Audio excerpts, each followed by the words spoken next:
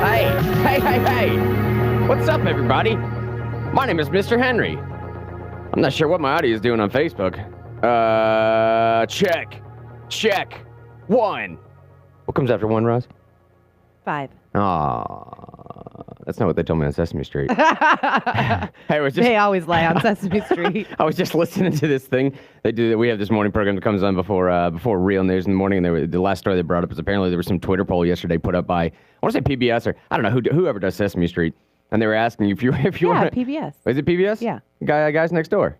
Mm-hmm. You know, I've never met them before. I feel bad about that. I haven't either. Yeah. All right. Well. Moving on. Kind of different individuals over there. Yeah. They apparently had a poll recently. Volume's good, Ray says. Thanks, buddy. They apparently had a poll recently saying, not a poll, I guess it was just a survey questionnaire, whatever you want to say. Which Sesame Street character would you take with you to a desert island?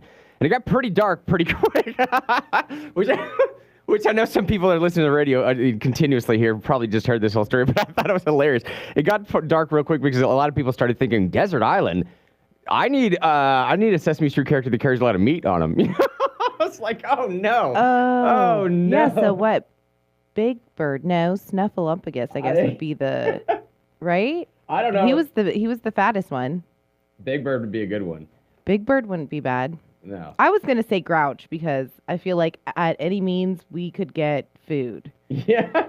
Because he's crazy. Yeah. A lot of people said they wouldn't take Cookie Monster with him, though, because he would just eat everything. Yeah. Within 5 minutes in there. No, I wouldn't bring Cookie Monster. You ever heard Dave Chappelle stand up on that? Saying Sesame Street's a terrible place. I wouldn't go if I knew the way. Cookie Monster talking about, cookie. What kind of cookies are you eating, man? Chocolate chips don't do that to people. Oh, man, Count Chuck. I mean, the Count, I'll let you feel on that one. Hey, it's Real News, by the way. Bit of housekeeping stuff. Broadcasting live from the F&T Insurance Studios. Crown Plaza call number, 865-888-TALK, 865-888-8255. The YouTube now, I put the first couple vignettes, we call them, I guess, in the industry, really just anywhere from 2 to 10 minute videos. Just short little snippets of, things that are going on. I got the invite to Instagram, but... You got an invite? Yeah, where it says, accept the friend request, blah, blah, whatever. Did I do that? Yeah, I'm wondering, why I can't post on there. On the Instagram? Right. I don't know how to make people admins. Well, you don't. You just have to give us the username and the password. Oh, yeah, all right. Well, no, I'll do that off air. That's no problem. Okay. Okay. What in the world? Did I send you an invite? Yes. Nah. All right. I had no idea how I did that, by the way. I must have pushed something when I was messing around on the app last night. Anyways, yeah, we do have an Instagram. All this stuff, by the way, is tagged with the same thing, Real News Radio. That's either Twitter or Instagram or now our YouTube as well. The vignette's pretty cool. There's just things that I like throughout the show during a daily basis. If you can't catch the show, you just want to catch some of the best little rants that Mr. Henry goes on, the rants material. Go there. I put up 2 yesterday, one about Alexander Cortez, one about the foundation that we built yesterday. On Instagram, right? No, this is on... It's only like a minute, I think, that you can load on Instagram. Wait, you can load videos on Instagram too? Yeah, but it's only going to take like a minute. It doesn't take the whole video. All right, well, there's another avenue I need to be plugging. No, what I was talking about is on my YouTube channel. All right, so you got a Real News Radio. I'm going to have fun with Instagram, though, because I just love the memes. I love to post memes, so I'm gonna go crazy with that. I figured I should just, as my buddy Benjamin Donaldson said, just embrace the singularity, brother. You got to do it. It's going to be inevitable. Just go with it, dive in. And I'm feeling comfortable now because it's not me doing it. It's actually Real News doing it on my behalf. So whatever, that's neither here nor there. What other housekeeping stuff? Yeah, our app. Just type in talkradio923.com. Sorry, that's not right. Talk Radio 923 Knoxville. Talk Radio 92.3 Knoxville. All those words usually and the remember first. the 760. If you get out of the range or it starts to get a little fuzzy, go ahead and turn over to AM 760, and that will take you through. There you go. And the last thing, I suppose, is our Facebook. I love interacting with comments there every single day. Just type in Real News Radio to your Facebook search bar. I'm pulling up the comment section right now so I can interact with those comments. All right, here's what I'm going on. I have a myriad of topics. I like that word. A slew, if you will. A smattering, smorgasbord of topics that we can go over. Some local, some otherwise. Some of the local stuff, Vestal community blames city of Knoxville for increased homeless activity. If y'all want to talk about UT, didn't they lose the SEC tournament? I don't know, man. I don't follow basketball. If you want to talk about the men's tournament starting today, we can. I'll give you 2 minutes on air to say something about it. I'm not going to give my commentary because I have no idea what basketball is. But we got a few local stories coming up. I want to say there's a few recode updates with meetings going on. Richard will probably let me know about that. Also, if you want to do this, we don't have to. But again, Crown Plaza call number 865-888-TALK, 8255. That's the number here. We are located in Knoxville, Tennessee. If you want to follow up on some of the conversation we were having yesterday, and I got to give credit to Roz here. She brought this story to my attention that I want to say, honestly, y'all, we were not the first people to break this, but the first people that I heard on talk radio. Now, we have the advantage of being on the first thing in the morning. That really drew attention to sort of the disparity of coverage between Christians that were killed as opposed to these Muslim individuals that were killed in New Zealand. Dude, Rush Limbaugh had full-on 30, 40-minute segments about this yesterday. Sean Hannity was covering it. I heard everybody talking about that virtual disparity. And if it weren't for Roz bringing that topic to mind, I honestly didn't know if it was, what's the best word? If it was going to be appropriate to sort of make that comparison at that particular time. I didn't know if it'd be drawing attention away for needless reasons, for needless political reasons. You get what I'm saying? But if you want to continue on with that conversation, we can, because I have two headlines here. Look, one coming from The New Yorker, and the other one is coming from, it's just a clip that I found off a Real Clear Politics.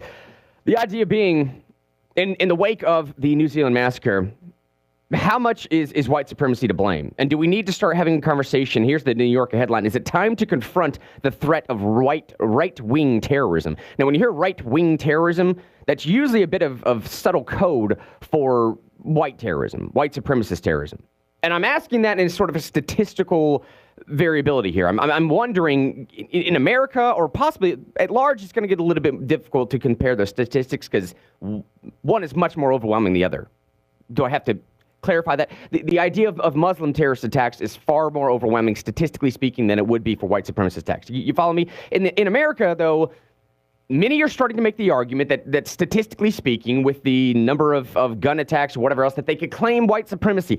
The Las Vegas shooter, for example. Nobody has any idea what that guy's motivation was, but I've heard I can't tell you how many people I've heard say that was motivated by some type of white supremacy. So some people are going to couch that in there. And that's the question I think the New Yorker is asking. And I'm not making an opinion on it right now. I just want to throw it out there if you guys want to talk about it. Is it time to start confronting, say, a rise in white supremacy or the threat of right-wing terrorism? And then it goes on to Senator Richard Blumenthal. He was asked on an MSNBC panel saying, is Trump's rhetoric a factor in the New Zealand massacre? Some say that words have consequences. A few evergreen stories that I might want to go over today, too. Evergreen, obviously, being we can talk about them anytime you want to and bring them up anytime you want to. Conservatives now are facing a tough fight as big tech censorship expands. Not surprising to anybody, but it is surprising the level that they're getting to now. It's very, very brash. This is coming from The Hill. Also have another headline, the 5 best moments of the Twitter's execs squirming over questions on Joe Rogan's Experience. Those two headlines kind of go together. Twitter's executives basically coming out and saying that we can't afford saying I was America's first non-binary person and it was all a sham. This is something that Shine's been warning about for quite some time. And again, oddly enough, there was a guest featured on the program right before this program that was talking about this. New Jersey bans cashless stores and restaurants. Apparently, America's moving to a cashless society. I don't know if we're talking about chips in the hands or what we're talking about here, but if you have cash on hand, it may not work going forward. Final evergreen story is, can a Facebook post make your insurance cost more? The idea being, if an insurance company, if you have a public profile and you apply for, health insurance or life insurance or whatever the factor might be, you tell them you're not a smoker, you're not a heavy drinker, but all of your pictures on social media have you with a beer in one hand and a cigarette in the other hand. Can insurance companies use that to say either you don't qualify or to raise your premium? Not exactly saying we're going by way of China with the social currency, but it's in that same realm. I think what I might get back into when we get back, because I really want to finish this topic off because it gets us into so many other things, is the Democrats' extremist crack-up makes Trump's governors hugely attractive to swing voters. I started this topic yesterday, didn't really finish it out, but I want to continue it today because I think it leads perfectly well into Elizabeth Warren coming out no more than about 18 hours ago and saying, hey, you know how we're all racing to dive to the bottom of this progressive cesspool? Yeah, we're talking about like 80, 90% tax rates. We're talking Green New Deal. We're talking about free college education, free healthcare. What about just getting rid of the electoral college as well? Now, that sounds like it would be a progressive step, but I'm telling you, it's not about getting rid of the electoral college. It's about distracting attention away from something else. What is that something else? Well, stick through the break. I'll tell you. Be right back.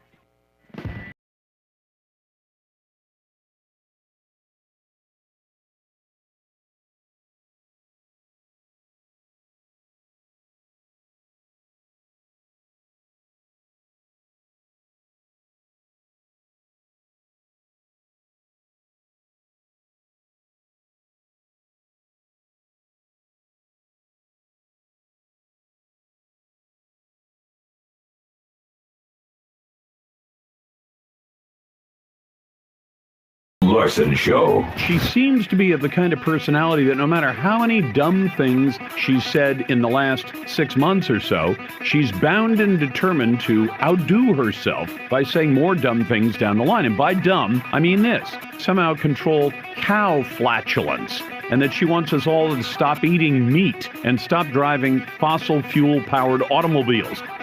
Weeknights at 7 on Talk Radio 92.3 and AM 760.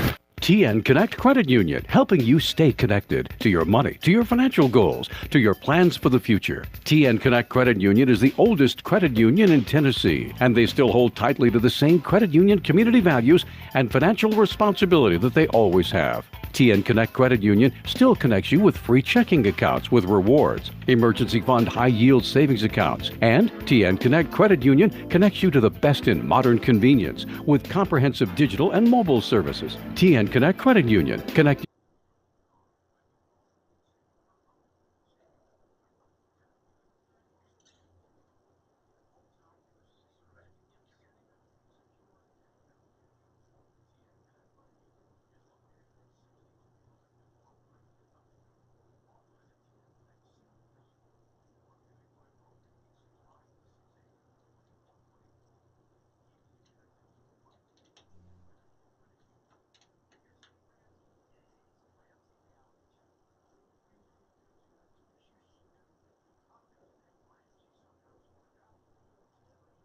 Yeah, y'all see the new props? Hold on. I'm switching up the studio design every day. Hey, that does mean I love you, right? I didn't check before I put it up there. Hang on. Love you. Okay, good, yeah. There's a lot of things I could have done with that hand. Yeah, check out that prop. Those two little guys down there are cool little figures that my brother brought back from Japan. Of course, as always, I got my, got my bathroom sign. Pretty sweet.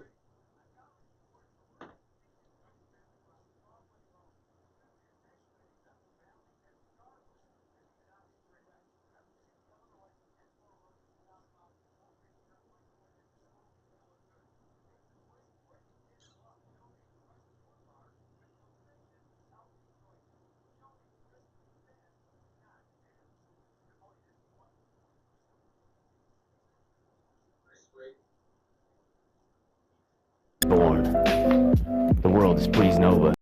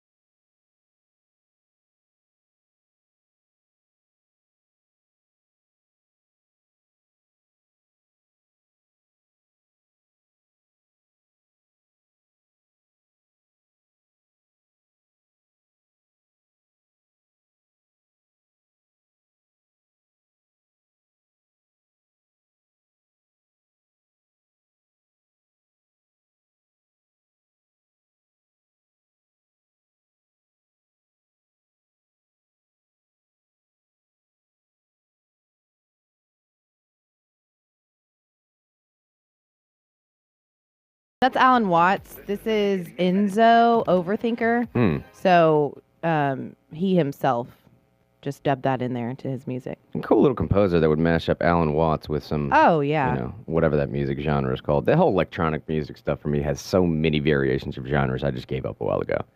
You know what I mean? And Alan Watts is pretty much the coolest. Yeah, that's true. He's really good. All right, here's where I'm gonna pick up. Yesterday, I left off right around this spot of this headline coming from the Federalist, and it's gonna lead into a lot of other current issues going on. It's gonna lead into a lot of issues going on with the possible need for a second special counsel. Thanks, God. My wife just sent me a somewhat endearing. Not somewhat, yeah. I'm not going to read it on there. That's my wife's stuff. Yeah, she sent me a nice message on Facebook. Love you too. Anyways, here's where I left off yesterday from the Federalist headline. Democrats' extremist crack-up makes Trump's governance hugely attractive to swing voters. Obviously, the idea being what I've always said before, the further the left dives down this sort of progressive rabbit hole, the better Trump ends up looking. Now, I left off yesterday with this author saying that progressivism, by definition, is an ideology that does not favor any status quo. I'll go through this one more time because it bears repeating. I might disagree with that statement. It seems like progressives do favor some kind of status quo, that status quo being not valuing any status quo at all. It might sound contradictory, but follow me for a second. It's somewhat like the idea of there is no such thing as objective truth. Well, fine. But for me to grant you that, I have to grant the premise that that very statement is objectively true. Do you understand what I'm saying? If there is no such thing as objective truth, that statement itself is also not objectively true. Self-refuting. Now, it might sound trite, but progressives that are truly sold out to the tenets of the religion must demonstrate their allegiance through constant and continual virtue signaling. That has gone past mere groupthink or even peer pressure. It's an outright coerced requirement. Thus, that requirement has become, for all intents and purposes, the status quo of the progressive movement and leftist ideology. Moving on from there. So he goes on to say that, much like any other universalist idea, leftism has been forever a battle against nature. There's always an arc of history. It's not cyclical. There's no gray area, and everything is either good and necessary or evil to be fought and vanquished. Naturally, within this undemocratic ideological spectrum, coexistence eventually becomes impossible, which is very true. And this is what you're seeing now with some of these presidential candidates. One more time that statement, naturally, within that undemocratic ideological spectrum, coexistence eventually becomes impossible. Look at what's happening to the Democratic presidential candidates right now. The more they try and one-up each other, what they're not calculating is the more they're actually alienating some of their reasonable voting base. So AOC comes out. I know she's not running for president, but AOC comes out and says, hey, what about a 70% tax? What does Kamala Harris follow back with? I don't know. Why not consider 90? Well, now the people that thought that AOC's 70% was outrageous, you're going to accept Kamala Harris's 90%? Of course not. Have you looked at AOC's approval numbers, by the way? Lower than Trump's. It's like 36%. She's all over the place, but nobody's supporting her ideas. And the problem is the Democratic candidates are being willfully misled into thinking that the vast majority of Americans do support those proposals. Now, maybe as a Republican, I could and should sit back and say, wow, what a beautiful scheme somebody's running. But I don't think for a second that CNN or MSNBC is in Trump's camp. That's absurd. After all, this author goes on to say, after all, anyone who opposes any left viewpoint is by definition anti-progress and therefore an enemy to the cause who deserves to be eliminated. In short, splits are inevitable on the left, and that's by nature. It is not a flaw. The author actually thinks, of this article, the author actually thinks that this destruction of the left has been a very long time coming. And I'm starting to become convinced of that now. This is not just a short changeover in the past couple of years, where I initially thought it was. This guy's based out of UK, so we use a lot of sort of British analogies here. But since the rise of Jeremy Corbyn, it says, as a leader, the UK Labour Party has doubled down on 1970s-style Marxist command economic plans, extreme authoritarian centralized plans, and anti-Western foreign policy, mixed with unadulterated Stalinist systemic anti-Semitism. Man, where do you hear that coming from, right? What's the worst thing that the anti-Semitic stuff that the right's done so far? I don't know. Trump went and visited the people in Pennsylvania, Philadelphia, wherever that was. The left's got Omar. The left has that Congresswoman Omar. While there is indeed sporadic anti-Semitism on the right, it is no match for the anti-Semitism on the left, regardless of how much anyone tries to justify, because the left-wing version is far more entrenched and structural. Put simply, while racists might hate someone for their ethnicity, the far-left intersectionality would hate an entire group for their perceived social status. And that leads to some kind of conspiratorial thinking. We have to hit this first news break right now. When we come back, though, I'm going to go through a few different figures, let you know what the future of the party possibly might look like, tie this in with the headlines of, hey, conservatives, you have a guy that's fighting for your conservative values, even though this guy might not be the most moral character around. Trump administration has filed more briefs in religious liberty cases than Obama or Bush did in their full 8 years. Additionally, it's looking like Democrats are losing the Hispanic and African-American vote in droves. Does it even matter who's going to run for president in 2020 as Democratic candidate if that is true? Lastly, we have to look across the world and see how they're handling some of these proposals. Look at France right now. See what's going on over there. And then one last time, new report out today by Forbes, Democrats' $100 trillion agenda. They still like spending your money, y'all. They still like spending your money. And again, all this ties at the last end of the hour with Elizabeth Warren saying, let's just get rid of the Electoral College. But it's not about that. It's about something different. Be right back.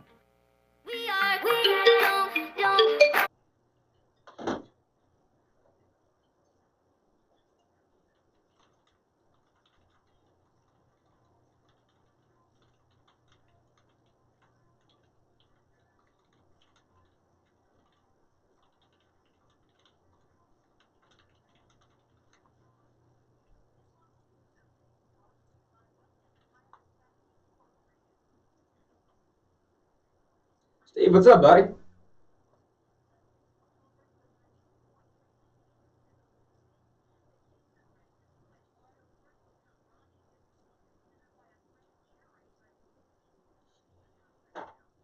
Commercial internet routers record and store all your browsing data. Even if you're using incognito mode, your browsing history can still be recorded by the routers you're connected to the internet with. Oh, spaghetti-o! That's why a VPN is such an important thing to have, because it can block third parties from viewing your browsing data and change your IP address. Excellent!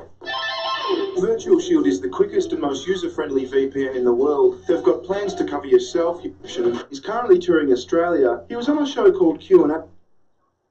So Jordan Peterson is currently touring Australia. He was on a show called Q&A just recently. Now, I'm no Jordan Peterson fanboy, but I think most of the stuff he says makes complete sense, and I've got a lot of respect for him. So when I saw this uppity bitch grilling him from the audience, I thought it'd be worth commenting. Hey, sorry, Facebook, whoever's still in here. I don't know if this is going to be kid-friendly. It's Barry, by the way. He doesn't get too crazy most of the time, so there you go. Hang on, let's go.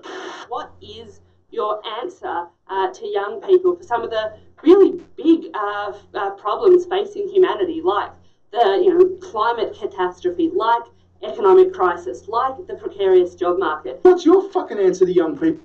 All right, yeah. My brother-in-law's in here, y'all. I gotta play something appropriate. Oh, let me find something.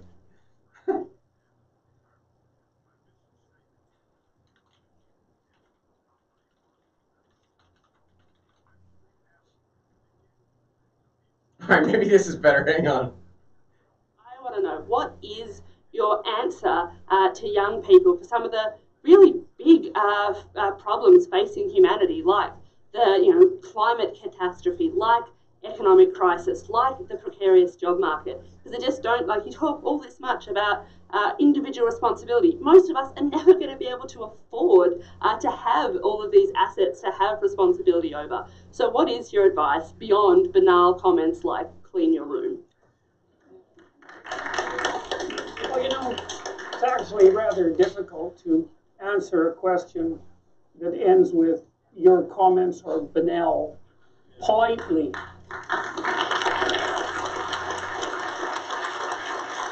So, I would consider that more of an opinionated personal and political statement than actually a question. So why don't you try reformulating that so that there's an actual question there? What is your advice?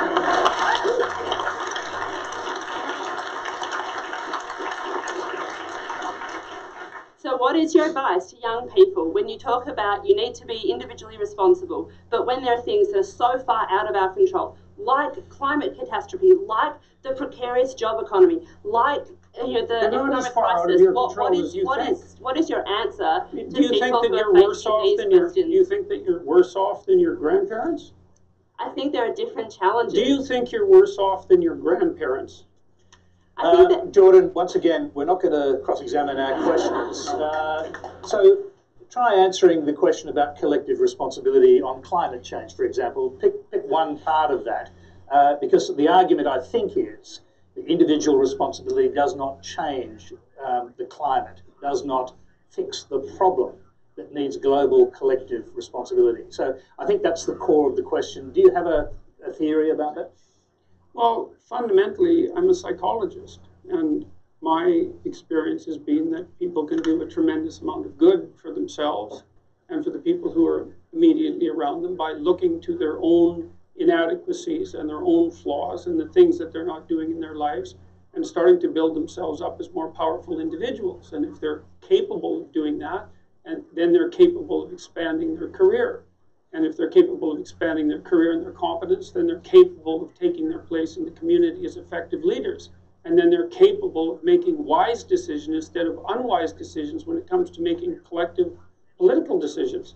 I'm not suggesting in the least, and have never suggested, that there's no domain for social action. I'm suggesting that people who don't have their own houses in order should be very careful before they go about reorganizing the world, which happens in many ways. So, can I just to, if a young person believes that the climate, the global warming problem on the climate is something that needs to be tackled quickly, and they can't wait until they grow up and become prime ministers to do it, do you think collective responsibility overrides individual responsibility in a huge issue like that? No. Okay. I don't.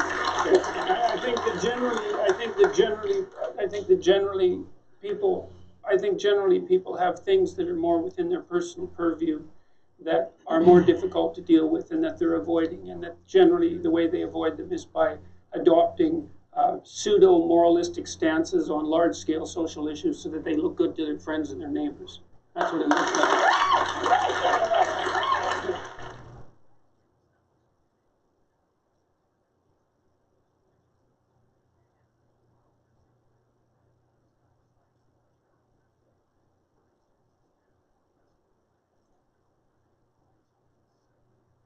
And I climbed into his soul.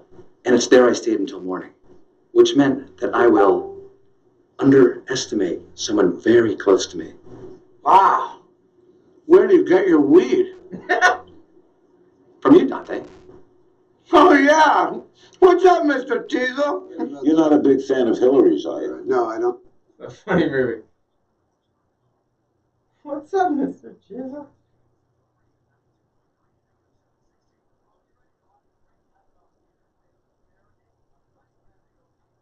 Except for the wreck up at Scarborough at Bethel Valley. If you're inbound southbound 75, you come flying down the interstate, be ready to hit the brakes at Merchants Road. No wrecks blocking an interstate lane. A lot of fun with drone adventures, self-defense, robotic classes, and more at the Kids Youth Summer Camps at the University of Tennessee. For more information, call UT 974-0150. It's a great program. Live from the FMT Insurance Studios of Talk Radio 92.3 and AM 760, this is Real News with Mr. Henry and Nick Crawford. Join the conversation on the Crown Plaza call-in line, 865-888.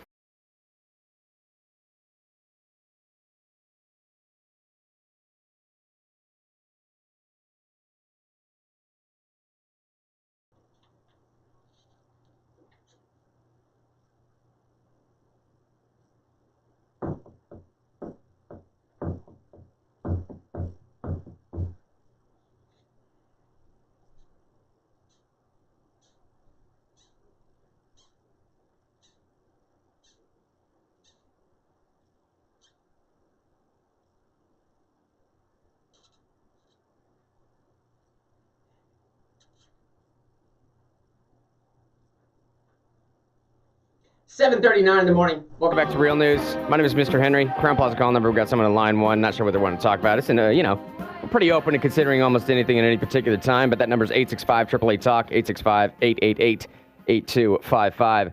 I got a mannequin hand in the studio right now. It's making the I love you sign. My wife saw it, and she knows that's just for her.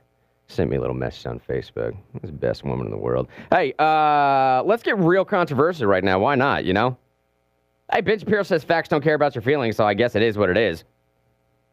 I just left off saying this article coming from the Federalist, put simply, while racist might hate someone for his ethnicity, the far left intersectionality would hate an entire group for their perceived social status, and that leads to conspiratorial thinking. Here's figure 11 that he cites. Here's the question asked. FRA 2013, Dinnick Masorel. This is a 2016 poll. given in France, Sweden, UK, and Germany. Here's the question. Thinking about the incident where they were asking Jewish individuals, thinking about the incident where somebody attacked or threatened you in a way that frightened you because of you are Jewish, who did this to you? One more time, here's the question, then I'll give you the stats. Again, it's got to be controversial, man. I don't know what you want me to do with the polling data, though. I didn't answer these questions. Here's the question. Thinking about the incident where somebody attacked or threatened you in a way that frightened you because you are Jewish, who did this to you? France? Someone who was right-winged, 4% said that. 4% said someone who was right-winged. In France, someone who was left-wing, 18% said that. 18%. Someone who's with a Christian extremist view, in France, only 3% of people polled said that. Here's the kicker. Someone with a Muslim extremist view, 53% of people polled in France said, yes, when I've been attacked or threatened because of my Jewish faith, it has been 53% of the time coming from someone with a Muslim extremist view. Sweden, here's similar numbers. Someone with a right-wing view, 5%. Someone with a left-wing view, 25%. Someone with a Christian extremist view in Sweden, 0%. Someone with a Muslim extremist view, 51%. Germany, someone with a right-wing view, 11%. Someone with a left-wing view, 9%. Someone with a Christian extremist view, 0%. Someone with a Muslim extremist view, 34%. UK, finally, similar numbers as well. Someone with a right-wing view, 7%. Someone with a left-wing view, 14%. Someone with a Christian extremist view, 6%. Someone with a Muslim extremist view, 36%. Now, likewise, in the United States, this sort of Corbynization that they found in the UK of the Democratic Party has led to this upcoming rift. Just like on the other side of the pond here, the fringe Marxist movements, which were thought to be dead post-Soviet era, post-Soviet collapse, quietly changed jerseys, this author says, and rampaged through the left liberal institutions like media and academia. Now, this is where this author is saying this has been a very long time coming. We thought that this stuff was dead and done because the Soviet Union collapsed, that they're a paper tiger now. We don't need to worry about their influence anymore. That's not true at all. The philosophical influence is thriving, almost more now than it ever has before. Now, I know I'm too young to really qualify that statement, but, I mean, come on. Rampage through left liberal institutions like media and academia, political groups, and non-governmental organizations in the last 2 decades. Man, those NGOs are the truth. The post-Soviet left was predicated on the tacit understanding between the liberal internationalists on the one hand and the social democrats and closet Marxists on the other hand. The liberals realized that Western values and norms should be spread all across the globe, even by means of military force if necessary, which was an idealistic and utopian effort. The social democrats, on the other hand, which I kind of think is what we have now, were focused on destroying all forms of hierarchy. Do you feel that? You understand that? Everything with Alexander Cortez is about a class warfare. It's about a pay gap. It's about a caste disparity type thing. Everything with the progressive agenda is about it being unequitable. Stuff isn't fair for some reason. Focused on destroying all forms of hierarchy. Now, here's the problem. When you're talking about that with America, our underlying foundation of this country, the American dream, is predicated on there being hierarchies. The idea being, if I'm born in a slum, there's no slums in America, fine. If I'm born without AC, without a cell phone, without 2 cars per family, I can rise to a status one day of a Ben Carson. I can be a neurosurgeon.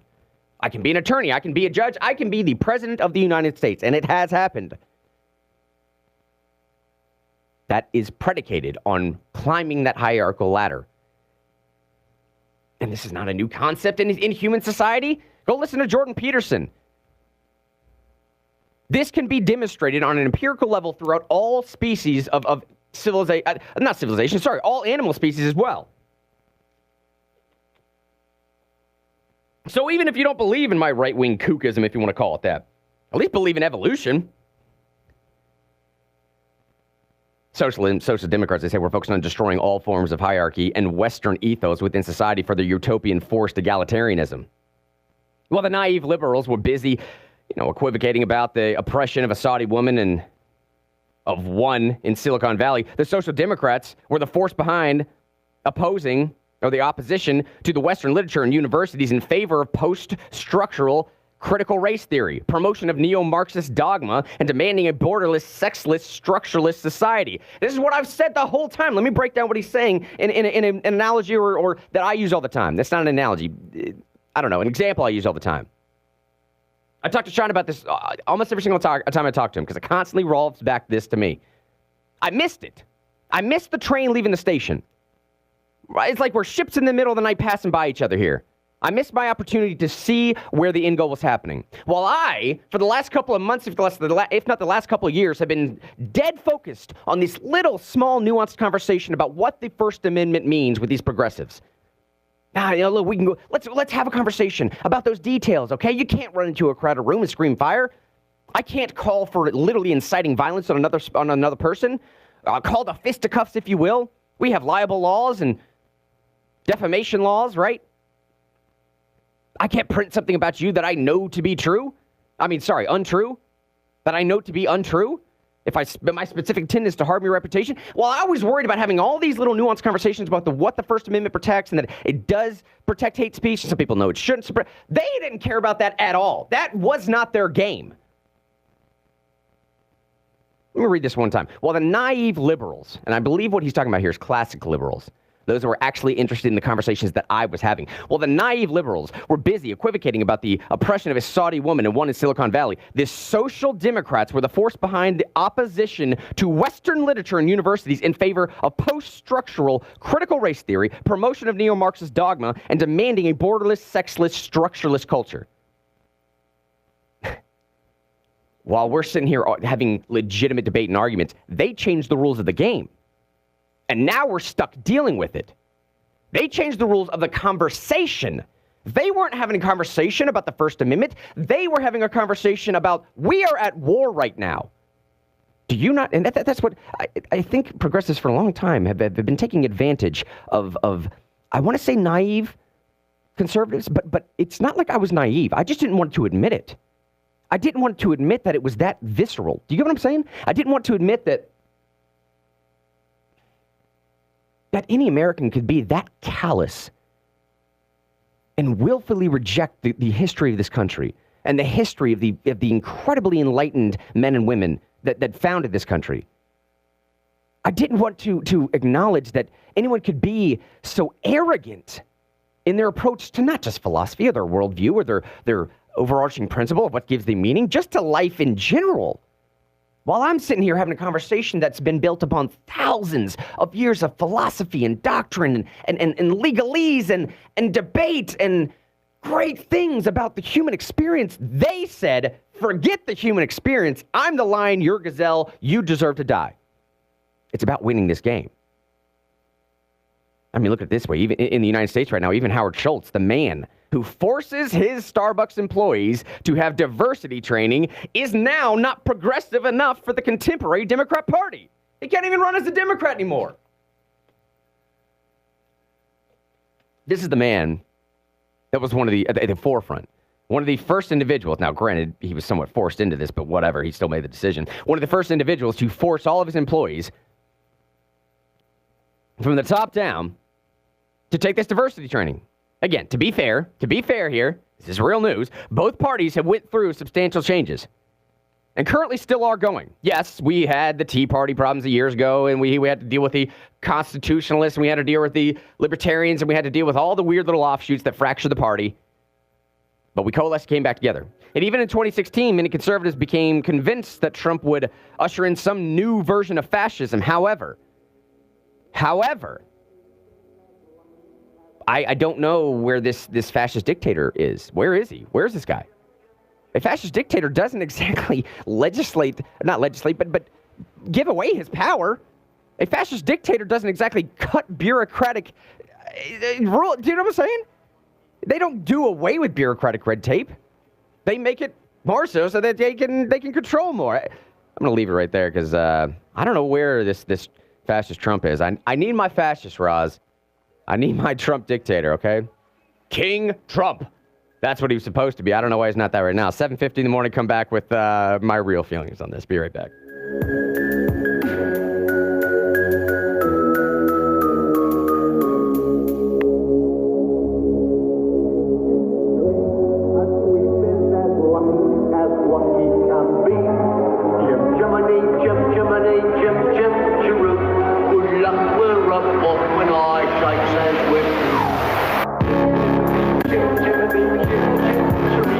As we've been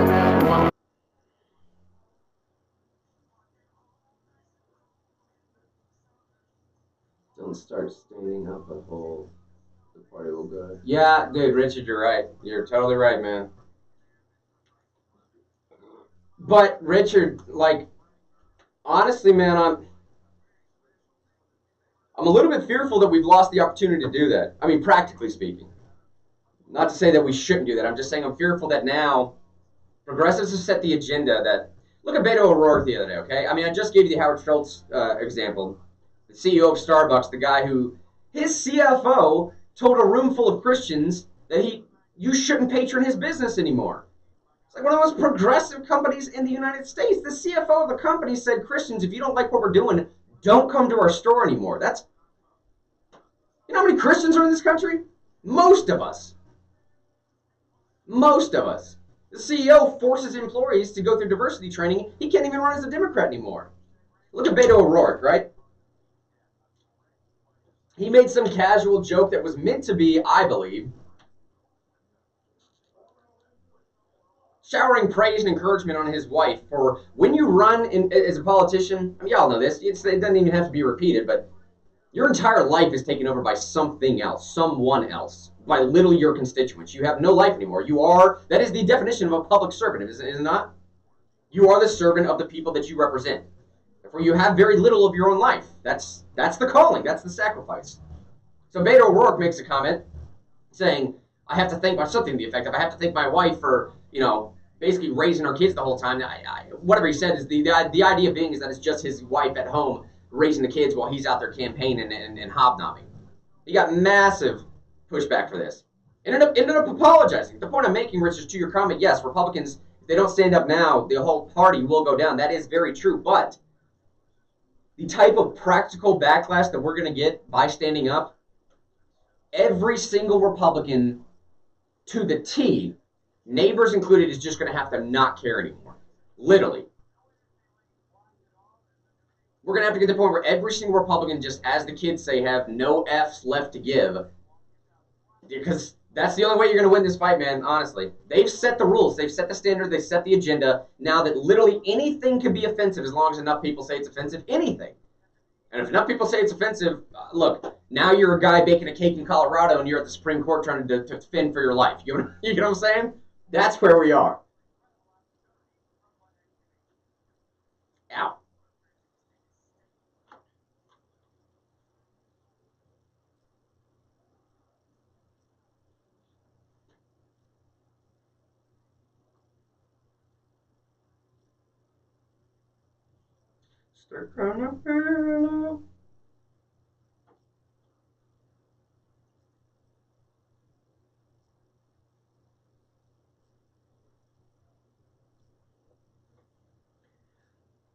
$7:53 in the morning. I know people are going to hate that I say this, but every time I hear that song now, all I can think about is Guardians of the Galaxy. Yeah.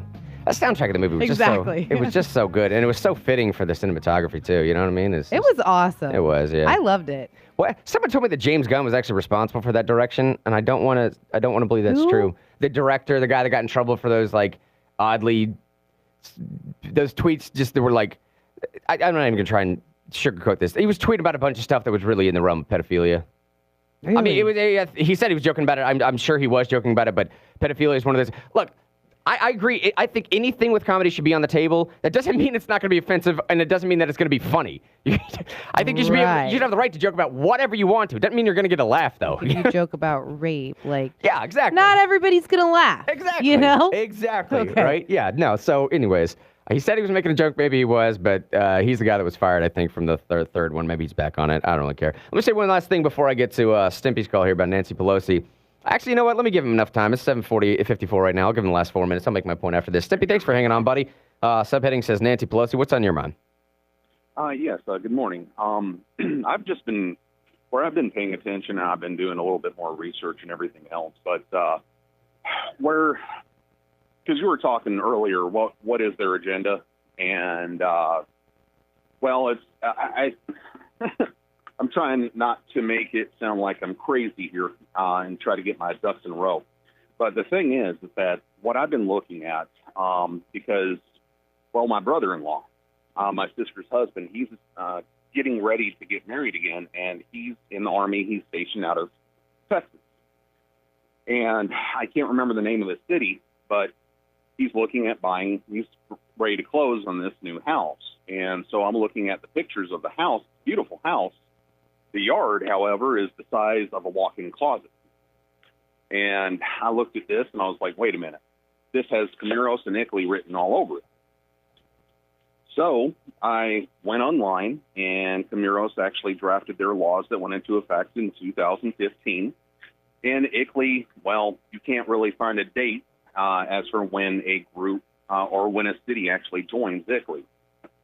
So, and that's when I started really kind of thinking in more broader aspects, because when you're talking about all of this stuff and how radical it is with a lot of the liberals, but honestly, my suspicions tell me that it's not going to just be in the Democratic Party. But when you start now looking at these gun control bills, in 2017, if my dates are correct, there was a bill that was drafted for H.R. 8S7, and that is more gun control here in the United States. And now we actually have this same occurrence in Venezuela. And what are they wanting to do on their gun laws? So when we start looking at Nancy Pelosi and a lot of these other people, well, the only reason during the shutdown we knew about Nancy Pelosi's plans to go outside of the United States is because of the shutdown and Trump grounded her. Where are they going? What are they doing? Because at the exact same time that this ball drops, because H.R. 8, they're wanting to put into effect in the United States this year. Venezuela, it's happening this year. What just happened? A shooting incident. Yeah, there's one in Brazil as well, man. And I hate to cut you off there, Stimpy. We got to hit this break, but I'll tell you, Kelly says on Facebook, I think they're making up the agenda as they go along at this point. maybe Trump's shaking it up at that point, but we gotta hit this break here, buddy. Appreciate you calling as always, and we'll talk to you soon, man. All right. Well, thanks a lot. And this is what I'm just trying to point out, because it's not here in the United States. It's where's this money coming from, and who's making these people go to these other countries? Because these are all being planned. I hear you, but I'll bring that up when we get back. Thanks for the call, man. Thanks, buddy. There goes Stimpy. Love Stimpy when he calls in, man. 7:58 news, traffic, weather, all that. Be right back.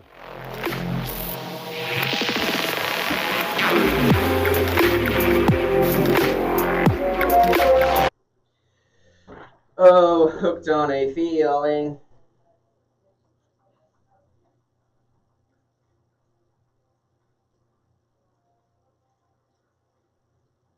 Do you feel that you deviated from how you should behave when you said of I think it was Mishra in the New York Review of Books? No. Well, let me just share what you said, okay. Which is, I'm trying to be precise in my speech, but I believe you said, you're a what did you say? That you were, if you were in, if you sanctimonious prick, and if you were in the room, I'd slap you. Yeah, so you don't regret that. Not a bit. Okay. And I'll tell you why. Okay. Well, look, it's really complicated. You know, I have this friend who's a native carver, and he comes from a very rough background, like way rougher than you think. And maybe some of you have come from rough backgrounds, or you know people who've come from them, but he comes from a plenty rough background. And I started working with him, buying his art 15 years ago, and he was a survivor of residential schools in Canada. And we got pretty close, and he helped me design the third floor of my house. And anyways, the long and short of it was that I got inducted into his family about 2.5 years ago, this big ceremony up in a native reservation in northern Vancouver. And, you know, we've been through a lot together, and a lot of it's been pretty rough. And, you know, this, whatever the hell his name was, Mishraj, or whatever the hell his name was, had the temerity to say that I was romancing the noble savage. It's like, watch your step, buddy. You don't know what the hell you're talking about, not even a bit. And so, had I been a left-leaning, personage, and he had made a comment like that, there would have been hell to pay. So, which isn't to say that I'm a right-leaning personage, by the way.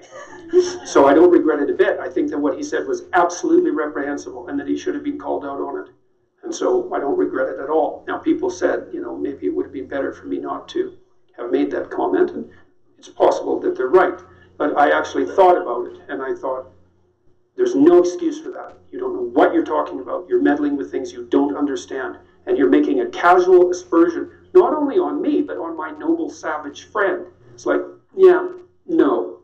So speaking of things that people have said sort of to defame you, you're currently suing Wilfrid Laurier University because, you'll correct me if I'm wrong, but I think administrators there in their meeting with Lindsay Shepherd, who was a TA who showed a clip of you, they sort of interrogated her, accusing her of creating a hostile teaching environment for showing a clip of you in her classroom. And during that interaction, which she recorded, they compared you to Hitler.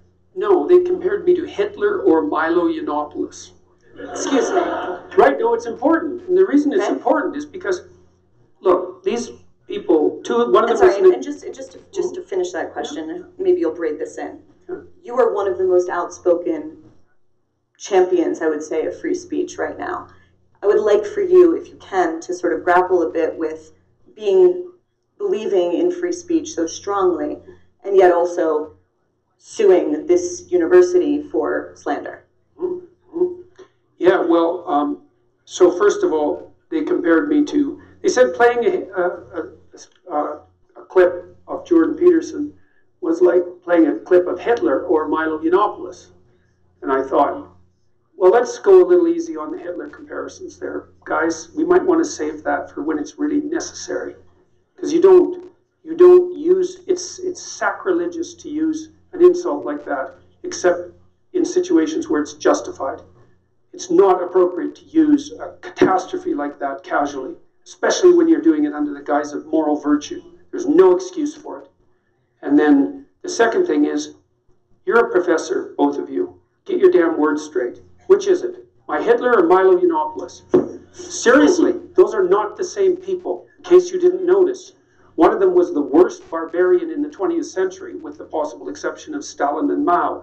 And the other one is a provocateur, trickster, who's quite quick on his feet and is, what would you say, is stirring things up in a relatively non-problematic way. They're not the same creature. And so to combine them in a single careless insult during an administrative, what would you call, investigation, which was entirely unwarranted, by the way, and was predicated on an absolute lie. There hadn't been a student complaint, as the university admitted. There's no excuse for that. And if they weren't professors, then, well, it wouldn't have been so bad, but they were.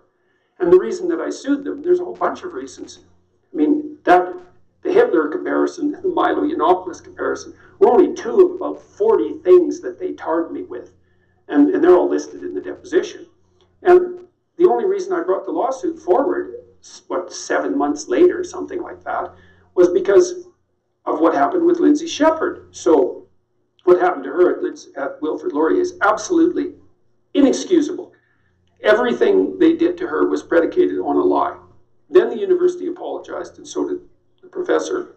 And then he lied during his apology, which was a forced apology anyways, and therefore of very little utility. They were subject to no disciplinary action, even though the statutes of the university required it. And they made Lindsay Shepherd's life a living hell, even after they apologized to her and told her that she did nothing wrong and that they hadn't followed their own procedures.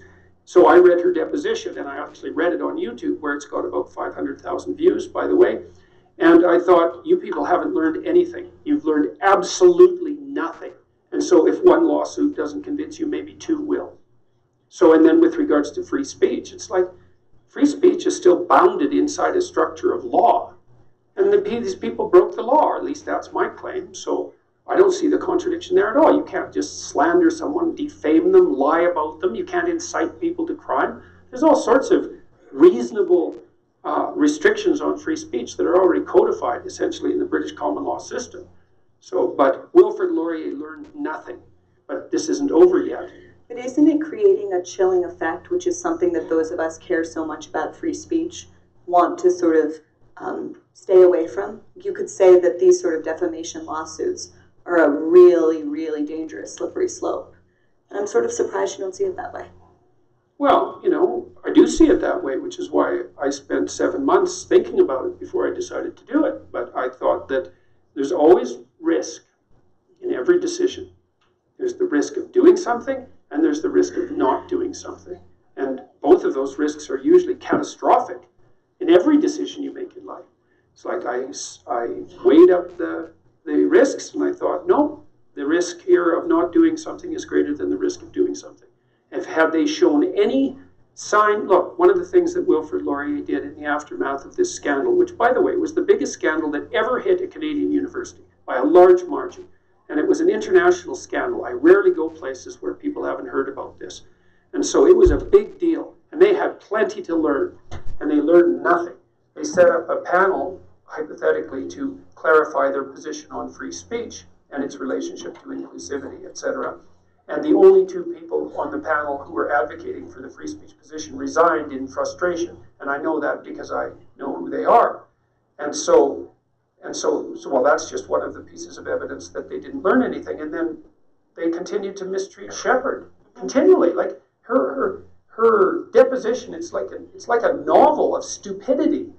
You know, it's like, and my sense was, had there been any sign whatsoever of, let's call it, true apology and procedural rectification, that she would have left them alone, and so would have I. But there was zero. In fact, if anything, what they did was double down and go underground. Here's our apology. Here's our procedures. That's what they showed the world.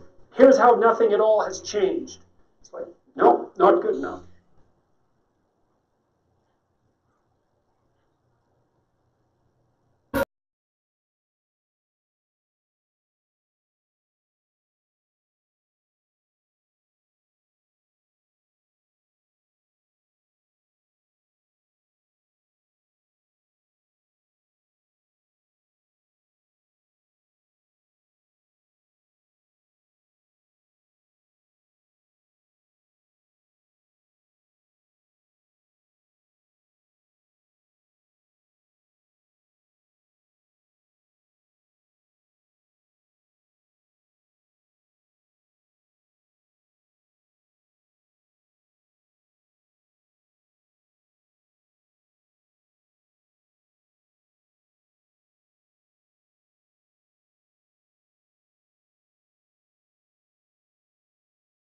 Real News, ladies and gentlemen. My name is Mr. Henry, the host of this program entitled Real News, broadcasting live as normal from the FMT Insurance Studios.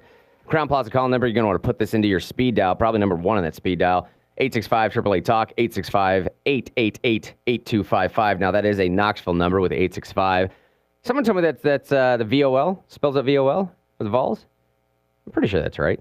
Even if it's not right, I'm going to say it's true. 865, remember, Roz and I are old enough to know. Oh, does it? Yeah, remember we had the text that you had to hit 888-666, we had to spell out a word or whatever, and 865 apparently about 30 minutes to say hey. Yeah, it is. Yeah. Hey. That's right. 865 spells out Vols because we are just Vol because we are in Knoxville. But for those that are listening in the rest of the state, Eric, my buddy, usually listens on Facebook. He's in Nashville. You can also catch us on the app if you're in the rest of Tennessee or rest of the United States. We even have some international listeners.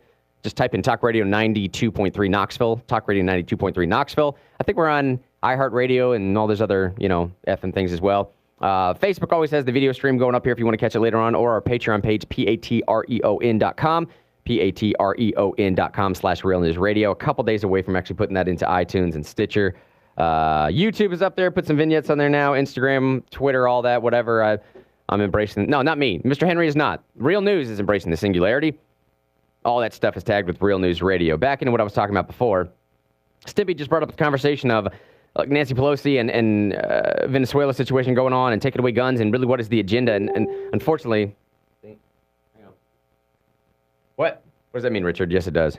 What did I say? You're going to have to clarify, Richard. Richard sent me a message that said, yes, it does. I don't know what he was responding to. He'll tell me in a second. Sippy was bringing up the question of what's the Democrat agenda, and unfortunately, we caught him right at the end of the hour there. I don't think he had enough time to really develop his point. Oh, right. Okay, yeah. Richard said not iHeart, but TuneIn. Okay, yeah. That's good. I didn't like iHeartRadio anyways. iHeartRadio. I ain't got none on TuneIn, so it's TuneIn Radio. Now, I left off by saying that The Socialist Democrats, on the other hand, they were focused on destroying all forms of hierarchy and Western ethos within society for their utopian forced egalitarianism, while naive liberals were busy equivocating about the oppression of a Saudi woman and one in Silicon Valley. The Social Democrats were the force behind opposition to Western literature and universities in favor of post-structural critical race theory, promotion of neo-Marxist dogma, and demanding a borderless, sexless, structuralist society. I brought up the example of Howard Schultz. I want to go back to this here, too, of what Richard said in Facebook before pertaining to that question. He said, if Republicans don't stand up now and don't start standing as a whole, the party will go down. That is true. And I said to Richard during Facebook, this is why the Cool Kids table gets some of the commentary off air instead of listening to these commercials. I said to him off air, I said to Richard, I'm not sure. I feel like we've missed the train, though. Like ships in the night that pass by each other. I like that analogy. That they snuck out of the station before I even realized what was going on. Like I said, Howard Schultz, this guy, the CFO of Starbucks, by the way, he told a room full of Christians during the Christmas controversy, the red cups or whatever else, just stop patroning his business. He told a room full of Christians to just stop giving Starbucks money. It's a fairly progressive stance. You know how many Christians are in this country? Most of us, the vast majority of us, at least claim to be some type of evangelical. Howard Schultz is the guy that forces employees to go through diversity training. And these people cannot even be considered a part of the Democrat Party anymore. There apparently is no such thing as a pro-life Democrat anymore, or so says Tom Perez. That's not my opinion. Tom Perez set that standard. You cannot be a Democrat and also be pro-life at the same time. Now, I know in theory you can, but Tom Perez says, no, it's a non sequitur. It's a non-starter. Now, again, it's what I said. To be fair, both parties have went through their substantial changes and currently still are. Yes, we had the Tea Party problem a couple of years ago, libertarian situation. We had the Constitutionalists. Our party was fractured. We coalesced, but even in 2016, many conservatives became convinced that Trump would usher in some version of fascism, even some conservatives. However, this author here in The Federalist is correct. After Trump came to power, he cut down the bloated bureaucracy and administrative state that metastasized during the Obama years. One of the reasons he faced too many leaks and oppositions from within was due to the bureaucracy's self-preservation. But more importantly, the claims of fascism ring hollow now for a president whose first instinct is to cut down the government. You following him? Does that make sense at all? Why would a fascist dictator want to cut down the size of his dictatorship? Never in history has there been an authoritarian who voluntarily gets away control. It's always the other way around. And if there is ever, in any way, authoritarianism in the United States, it would be in the party that wants to expand federal authority, not the one that gives it back to the states.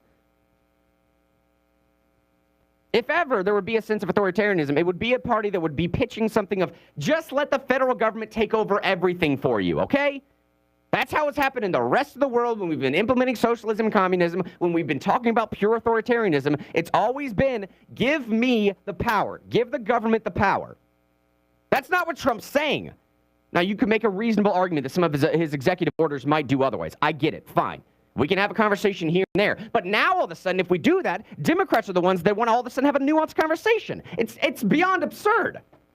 You can't have it both ways, Democrats. You can't want to have a nuanced conversation when we're talking about authoritarianism and how Trump picks little things here and there. And at the same time, never want to have a nuanced conversation about anything else when it comes to the First Amendment. Regardless of how you feel about Trump, though, most conservatives would have to agree with the following sentiment. The author of this article here in The Federalist says, let me give you this headline one more time. Democrats' extremist crack-up makes Trump's governance highly attractive to swing voters, Federalist.com. This is what he said many conservatives are finally starting to realize.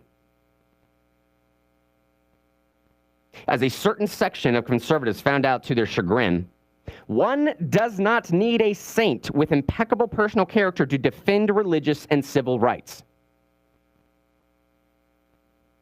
One does not need a saint with impeccable personal character to defend religious and civil rights. Now, would I prefer it? Sure, I would. I would absolutely prefer it. I would absolutely prefer that every time I could point to Trump about something he's done to defend these civil rights or religious rights or liberties that I hold to be dear, that I could also couple that with his moral virtues. That I wouldn't have to constantly try and defend against the supposed hypocrisy of his personal stance as opposed to his policy. I would prefer it if I didn't have to make the distinction between his character and his policy all the time. With that being said, it doesn't matter though, does it? Because at the end of the day, the results are the same, regardless of the motivating factor. Now, just to prove this point, let me read a little bit of this headline. Again, keep in mind, all this stuff is working up to Elizabeth Warren, what she said today. Yesterday. Here's an NBC News headline. I got this all the way back in February 24th, so we're about a month away from this story now. I've been sitting on it since then. Trump administration files more briefs in religious liberty cases than Obama and Bush did in their 8 years. The Trump DOJ has filed more religious liberty briefs at lower trial court levels faster than both the two previous administrations. The story starts out by saying when a small South Carolina town decided against renting its civic center to Baptist Church, town officials did not expect a confrontation with the Trump administration. Modesto Beach, a vacation community with a year-round population of 600, leased its civic center twice last year to Redeemer Fellowship. But town officials worried that continuing the arrangement might signal that the local government endorsed a religion, a violation of the constitutional separation of church and state, according to town meeting minutes. Now, I don't want to do a civics course yet one more time, but this idea of the constitutional principle of a violation of a separation of church and state, that, okay, I'll say it one more time. One more time, I'll say it. Go read the Constitution, at least the federal Constitution. I don't know if the, what is this? Where was it? South Carolina. I don't know if the South Carolina Constitution says something different, but at least at a federal level, the words separation of church and state are nowhere in our United States Constitution. It's just not there. It's not. What's the story behind this? I believe it was Jefferson that was writing to a group of Virginia delegates at the time that was trying to explain the principles, or one of the underlying principles behind the First Amendment. This notion of a separation of church and state.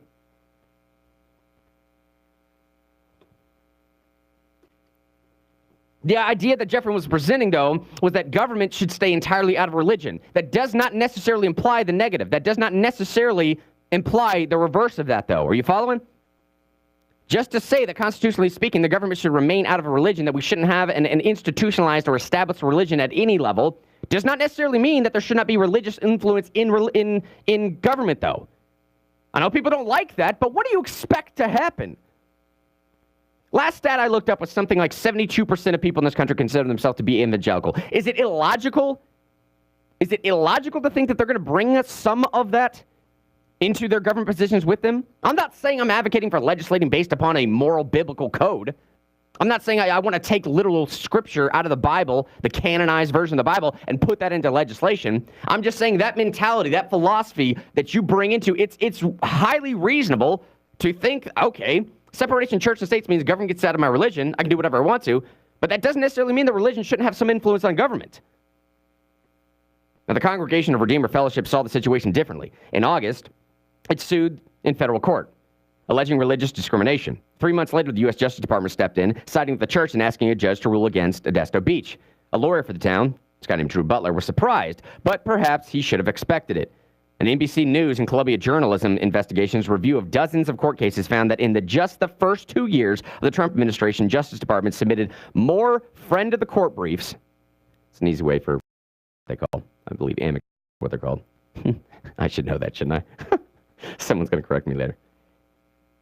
The first 2 years, the Trump administration Justice Department submitted court briefs in religious liberty cases than Obama administration and the Bush administration during their first 2 years. It had also filed briefs at lower courts, trial courts level faster than both of the two previous administrations combined. The filings are in keeping with the Trump administration's forthright position on religious liberty.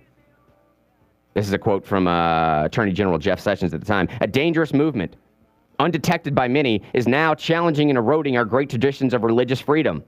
He said that at the Department of Justice Religious Liberty Summit in late last July. This president and this Department of Justice are determined to protect and even advance magnificent heritage. Now, again, I asked the question one more time. The motivating factor of the left, this progressivism, is constantly shown within their policies. Now, if you want to tell me that somehow there's a motivating factor of Trump's fascism, or that he wants to become a dictator, King Trump, hail King Trump, long live Trump, then you have to show that to me in his policies. It's not working itself out. Cutting bureaucratic red tape, decreasing the size of government, protecting religious liberties at a 10th Amendment state level, these are not things that a fascist dictator does. You know what a progressive socialist does? The Green New Deal. You know what a progressive socialist does? 90% income tax, free college education, free medical care, $100 trillion worth of new expenses, and they don't tell me how to pay for it. Those are pieces of legislation that couple very logically with the philosophy, the political philosophy of socialism. Fascism does not bear itself out what Trump's doing right now. Whether you think he's motivated by that or not. 8:20, hit this first break. Be right back.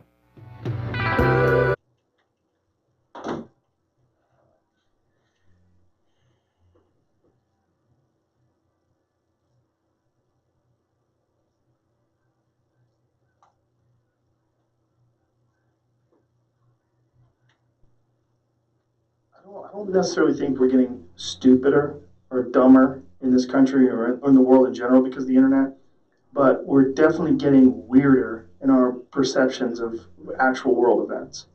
And I think every time something, like mass shootings, for instance, like New Zealand, every time one of these horrific tragedies takes place, you see more and more division. I watch people fight over it on Twitter, people blaming left-wing people blaming right-wing people trying to find some reason. And this one is particularly disturbing because it appears that at least one of the guys, I don't know their names, I don't know if they've even released, have they withheld the names of these guys who have done this? I haven't seen the names so far, I don't know. One of them seems like he's trolling. Like he thanked PewDiePie and said that Candace Owens was his biggest inspiration, and he's doing that. I guess we could agree some people are saying that OK sign is a white power sign. I know we had this dispute with Tim Pool where he was saying, I guess it is a game that some people do play. What is it called, the game? The look? I don't know if there's an official name. There's some game where if you look under the table, you see someone doing that, they're allowed to punch you or something stupid like that. I saw the Stephen Miller photo where he's doing up his blazer and supposedly doing the white power right, sign. But that really is that really evidence enough? No, there was a woman in court too that was doing that, where she had her hand like this, and people were saying that. But that's what people are arguing about, rather than which is ridiculous. Like evidence. But this guy in custody is clearly making that symbol. Yeah. Clearly. So like, what is he? You know, he's like some troll murderer, some troll mass murderer. And he's both fucking with everybody and a cold-blooded, ruthless killer of people that were praying. Yeah, I mean, I think let's not lose sight of that. You have to have some serious hatred to walk into a mosque and gun down. Yeah, he's 42 people and 7 people in the other one. You know, that's... Yeah, it's horrific. Across the board, top to bottom. It's horrific.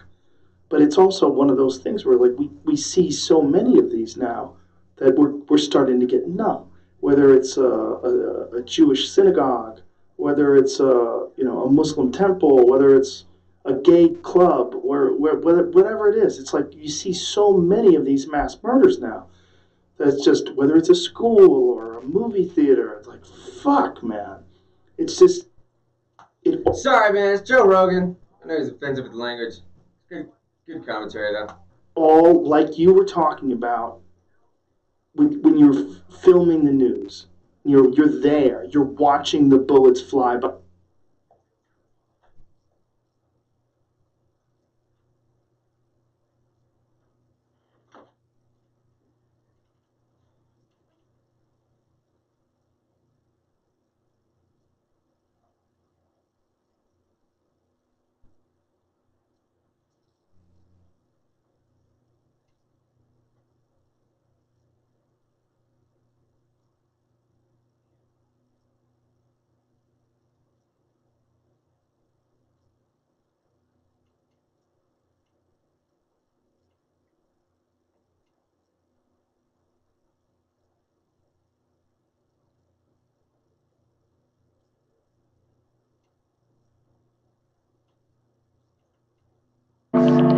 Because if we felt it, we would probably be an emotional wreck.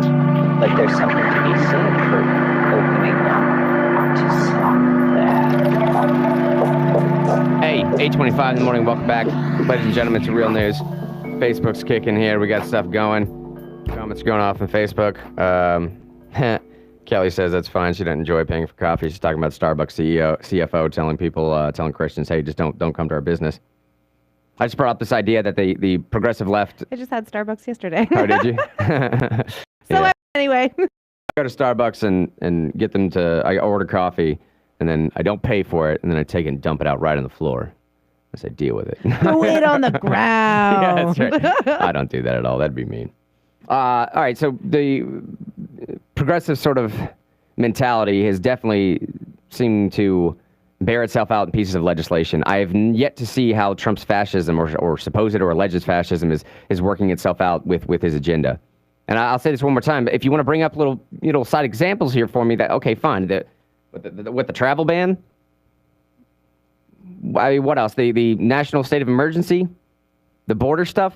I mean, those are nuanced conversations. Those are little things here and there for executive orders. The veto of removing his executive power. We can talk about that if you want to, but now all of a sudden Democrats are going to jump into the realm of having conversations about the details. When did that happen? You know when it happened is when it's convenient for them. I also wanted to say that one of the things that proves that it's not really fascist is that he's cutting power and that he's just standing up for religious liberties. This NBC headline here goes on to say, one of the Trump administration's most notable friend of the court briefs on religious freedom was in support of Masterpiece Cake Shop, the Colorado bakery, which argued before the U.S. Supreme Court last year on religious grounds that it can refuse to bake customized wedding cakes for gay customers. Not exactly true. That's not... I'll explain that here in a second.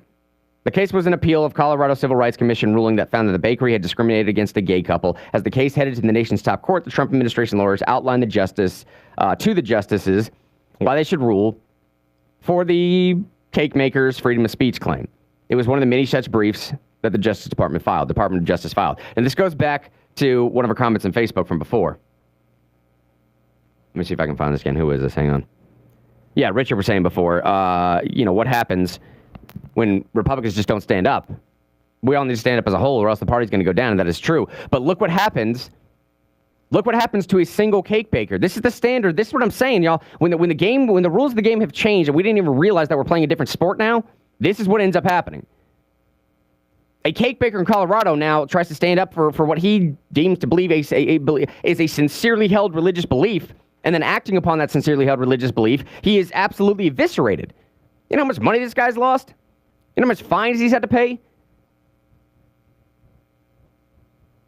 And now it's getting to the point where the guy's just being targeted. You have transgender individuals that live all the way across the state that are calling up this guy, asking them to bake him a cake. He has another case that's going through the Colorado courts right now, by the way, if you didn't know this, that same guy. It's a case where a transgender individual wanted him to bake a cake that was pink. The cake itself was pink, I suppose with food coloring. I don't know how you make a cake. But the cake itself was pink and the icing was blue. Or maybe it was the other way around. Anyways, the point being is that the outside looks like a boy, but really he's a girl on the inside, or maybe it was vice versa. It doesn't matter. But this person specifically targeted that cake baker because that's the rules that have been set. It's now a war. These particular means will justify these particular ends. The old school Saul Alinsky tactic, they know what they're doing. And this is working itself out into what's happening in the 2020 election for Democrats. It's working itself out into the more that we as conservatives allow these little incremental losses, because that's how we see them, right? I was listening to Joe Rogan interview Alex Jones the other day, and at the very end of the podcast, Alex Jones said something to Joe Rogan that Joe Rogan really agreed with, and I think it was a very enlightening perspective for Joe Rogan to consider. Alex Jones said, look, it's something... Joe Rogan asked him the question and said, hey, look, Alex, man, the Sandy Hook stuff is really what brought you down. Now, Alex Jones didn't believe that for a second, and I tend to agree with Alex Jones on that. So this was a targeted, orchestrated campaign to not just take down Alex Jones. Alex Jones was the person that they had to take down, so that would justify taking down other people, right? That's a whole different tangent conversation that I could spend 3 hours on. But the point being is Joe Rogan asked Alex Jones, why didn't you just calm it down by 5%? Then you wouldn't have gotten removed. You would have been demonetized on YouTube. You would have been taken off of Twitter. You still have your Periscope account. You might still have a Twitch account. That's millions. For a guy like Alex Jones, believe me when I say this, that is millions upon millions of lost revenue. That guy didn't even have his supplemental oils and stuff anymore on his own website. Now, that's because Interpol shut him down. Totally different conversation. But Alex Jones' response to Joe Rogan when he said, why don't you calm it down by 5%? You'd have all this million. You'd have your business left. You would have your empire still built around you. And Alex said, look, I considered that for a while. I did. I have kids. I didn't want them to go through this. I really considered. But if I give them 5% today, tomorrow they're going to come back and want another 5%. And then if I give them that 5% next month, they're going to come back and want 10%. And if I give them that next year, they're going to come back and want another 20% before I know it. I'm 5 years into it, and I'm not even the same Alex Jones. I'm a shell. This vapid, sort of soulless creature. I'm a shell of the old school Alex Jones that I used to be. No one's going to listen to that. No one's going to listen to that dribble. His lukewarm sort of approach to everything. I don't really know. I don't have an opinion on it. I don't want to offend anybody. Nobody's going to listen to that.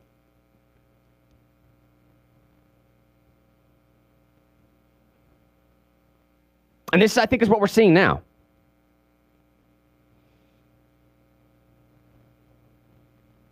Trump comes out now, and these Democrats are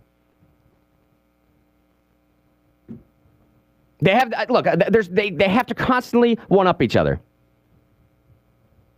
And I'm not sure what the next step is going to be for them. They're getting so insanely progressive that they're also alienating their own party. Look at this headline here from Politico, saying how Trump's going to win the 2020 election because of the Hispanic vote. How Trump's going to win the 2020 election because of the African-American vote. Trump won the 2016 election, by the way, y'all, with literally 8% approval rating in the African-American community. Now, some of the figures I've seen put that, some of the lower figures I've seen put that around, 12%, still higher than 8%. Some of the highest figures I've seen, now these are very, disputed statistics, but at least a Gallup poll that seems to read race into some of the stuff, said it could be as high as potentially 41 to 42%. That is much higher than 8%, and 8% is higher than Mitt Romney got. Or John McCain. Now, yeah, they lost, but it's still higher than Bush got.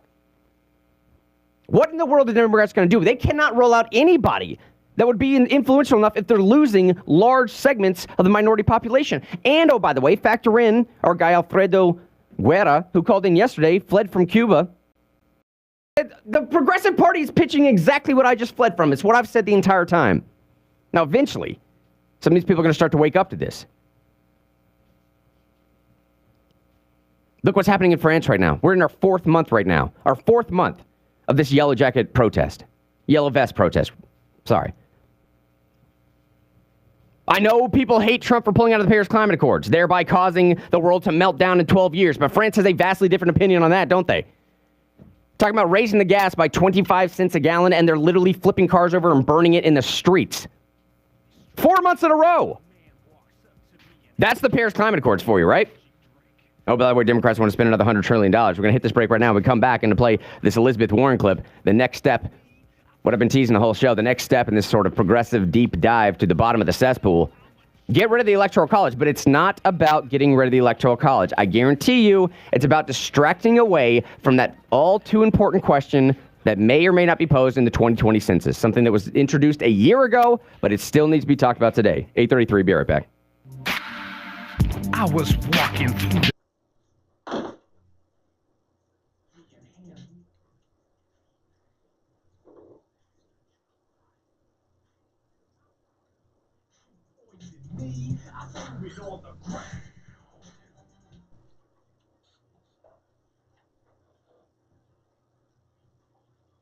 You hear them fly by your head, and you are just watching it through the lens. We're many levels removed from that. And we're sitting here trying to figure out what to do.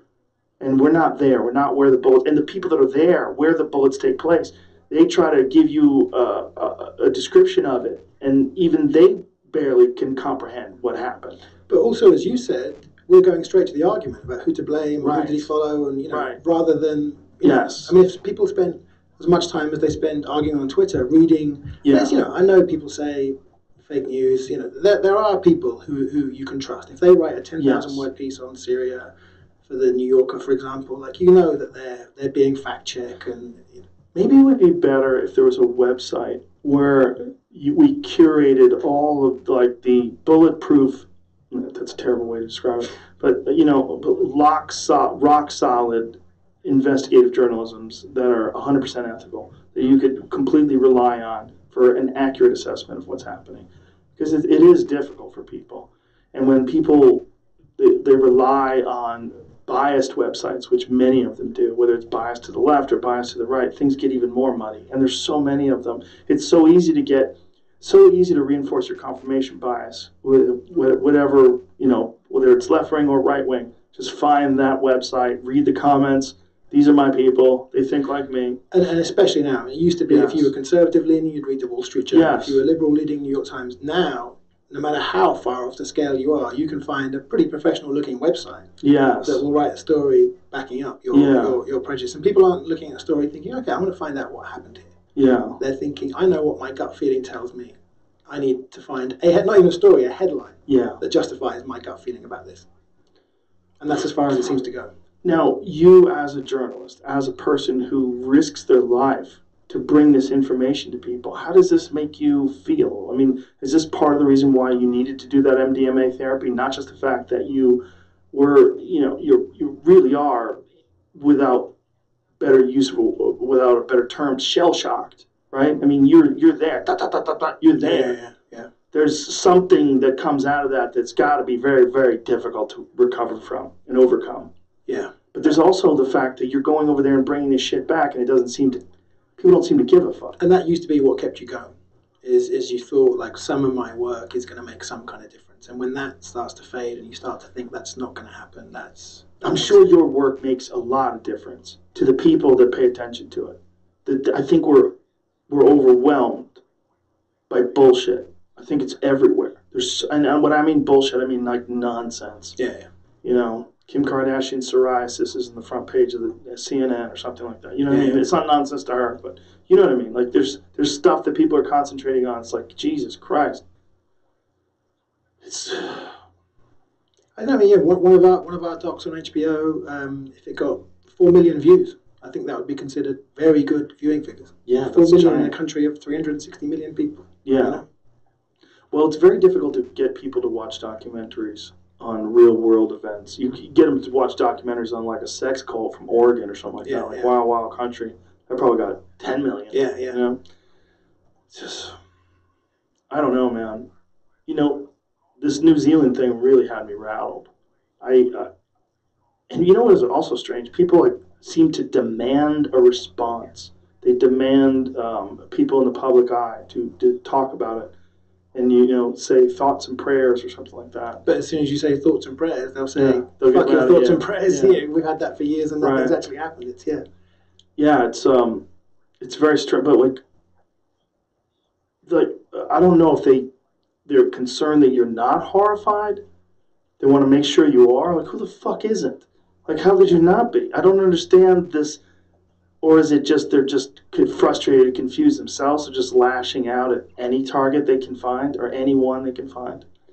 And also, I know the footage is available of this guy's head cam as he shot everybody, but footage like that has been widely available for a long time now. Yeah. And I think that's had a massive numbing effect. I mean, the picture of the Syrian refugee washing up on the beach, it felt like that was going to have an effect. It felt like that was the picture that was really gonna change things.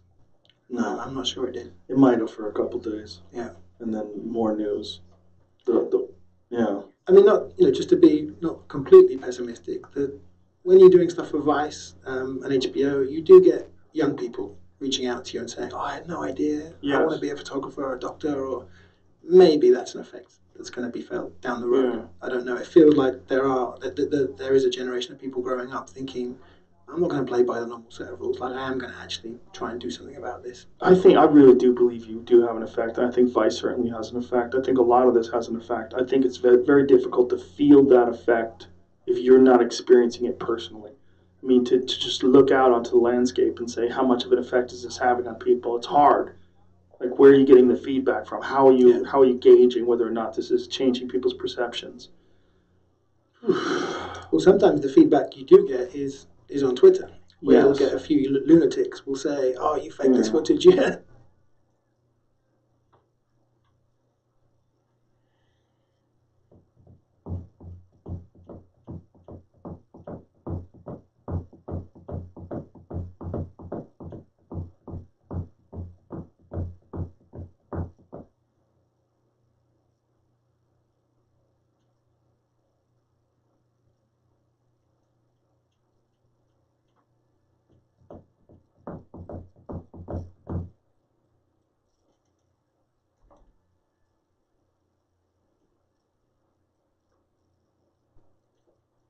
$8:40 in the morning, welcome back.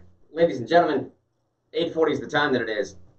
All right, so look, we got Bruce Orr revealing that political operatives sort of force the FBI to investigate the NRA. We have now new testimony that Hillary Clinton investigators were told that Obama DOJ was not willing to charge her on any of the key espionage statutes. This is coming from an internal chart. We have Peter Strzok now verifying that Clinton DOJ struck a deal that blocked the FBI access to Clinton Foundation emails on her private server. We now have evidence that's coming out that one of the ways that Christopher Steele, it's one of my favorite stories of the day, one of the ways that Christopher Steele, the author of the Steele dossier, allegedly tried to verify or lend credence to his Steele dossier was by circulating it on a website that literally calls for no standards of journalistic integrity. It's like iCNN.com or something. It's essentially equivalent to the CNN version of Twitter, where anybody can go on Twitter's page and post anything at all because it's their personal opinion. That's how Christopher Steele tried to verify or lend credence to his dossier. So by posting a bunch of stuff on a website that nobody checks on, nobody fact checks on, it doesn't go through any hands of journalism at all. It's literally like he posted something on Facebook on his own personal feed and then literally cited that later on as to, look, someone published it. You published it. With all that going on in the background, with all this stuff going on, of $100 trillion Democrats are trying to spend, the Green New Deal, free everything, 90% income tax, literally changing the face of what this country is. We have one last thing that's going to supposedly break the camel's back. Here's Elizabeth Warren. This is March 18th, 2019. Today's the 19th, so that means this is yesterday. Listen to this. Voter disenfranchisement is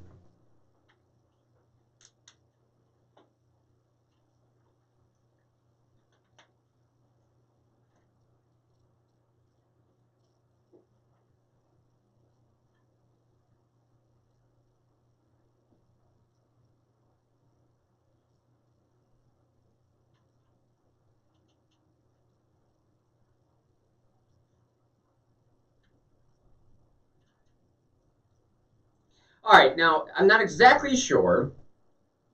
To be frank with you, I have not listened to this entire clip. I do not know how Elizabeth Warren is going to turn this question into getting rid of the Electoral College. I can speculate for you. I'm not sure what of those questions had anything to do with, the way you solve all that is just go to a full-on democracy. You'd still have the same problems, wouldn't you? The problems she was just talking about, committing a particular felony so you can't vote anymore. You're going to have to change the legislation. Getting rid of the Electoral College is not going to fix that. Unless you change that piece of legislation. Voter ID laws. How is going to a full, pure democracy going to change that? By the way, this is worth saying one more time as well, too. My brother... oh, no, Facebook. Sorry, I had the Mevo audio on. Now it sounds better for you, doesn't it? Yeah, sultry tones, audible chocolate. My brother, I talk about him a lot, but he's the best example I have of what's considered a reasonable Democrat, an intellectual who really thinks through particular policy issues and makes an informed, qualified decision. Now, most of those I disagree with, but at least he can stand up for them. He works with a lot of scientists, and suffice it to say, maybe most of them, but a large percentage of them are let's say immigrants, European immigrants all across the world. And when he has conversations with his friends that are not from the United States, one of the things that they think is the craziest thing about America, aside from the Second Amendment, that's always what they start with. One of my brother-in-laws, and my brother, I don't know what it is, a guy that I'm very close with. He's a South Korean immigrant, married someone in my extended family. The first question he asked all of us is, what is this about the Second Amendment thing? I just don't comprehend it. Now, the next question that they usually go to is the craziest thing Europeans think that Americans do is we do not have voter ID laws. This is coming from the progressive Europeans. The most progressive European state you can find. Find it. Cite it to me right now. Show me what their voter ID laws are. They think it is outrageous that a person that's not a citizen of the United States should be allowed to vote in that particular election. And I'll put it this way. If Democrats are so up in arms about Russia influencing the election, somebody outside of the United States that's not an American citizen influenced the election, then what in the world are we talking with these sanctuary cities? Is that not the same principle, if not worse, on the other side? You're talking about some Russian bots that may or may not have influenced a few morons to pull a different tab. And I'm talking about legitimate, actual human beings going and pulling a tab that should not be given the allowance to pull a tab. You do realize that it's still illegal to vote at a federal level if you're not an actual American citizen, right?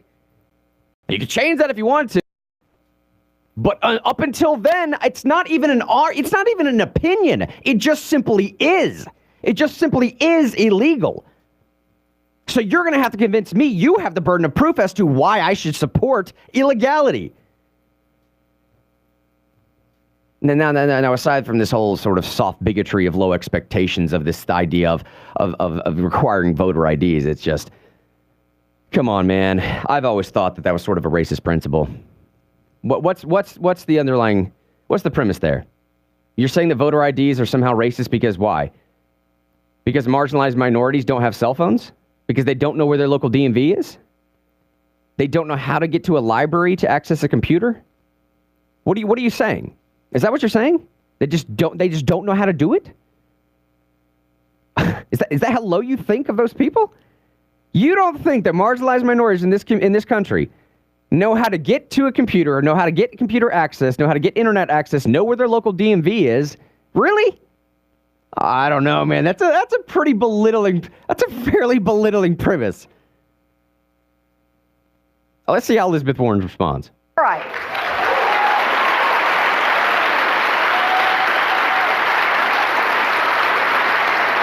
Question, but can I go you one bigger? Yeah. And that is, I believe we need a constitutional amendment that protects the right to vote for every American citizen and to make sure that vote gets counted.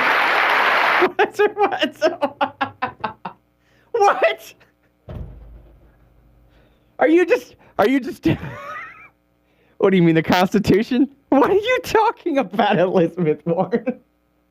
We need a constitutional amendment that protects the right to vote. Oh, so like the Constitution. Is that what you're saying? Facebook, it's still working. All right, it's just dying. My battery's dying. I got to fix another one. I didn't know if the audio went out. I mean, come on, y'all. Come on. We need a constitutional amendment that protects the right to vote. What is out there saying that you don't have the right to vote? Look, as long as you're a citizen, and in some states, as long as you're a citizen and you can prove that somehow, what does it take to get to register to vote, bro? I don't know, like a bill that was sent to your address? I don't know, man. Most states don't even require that. We need a constitutional amendment. Get out of here. We need to put some federal muscle behind that. And we need to repeal every one of the voter suppression laws that is out there right now.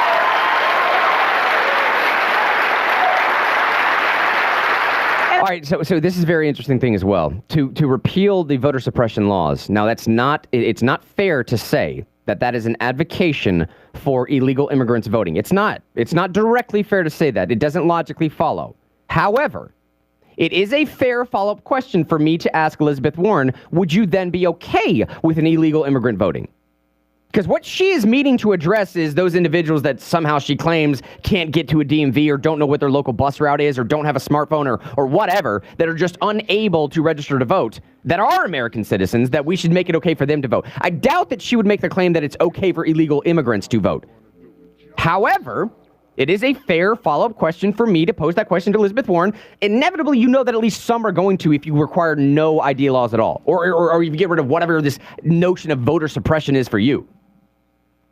Now, we're about a minute into this 3.5-minute clip. Eventually, he's going to get to this idea of, hey, let's just repeal the Electoral College. And I'm telling y'all, it's not about repealing the Electoral College. It's about pulling attention away from that question of the 2020 census, are you a citizen or not?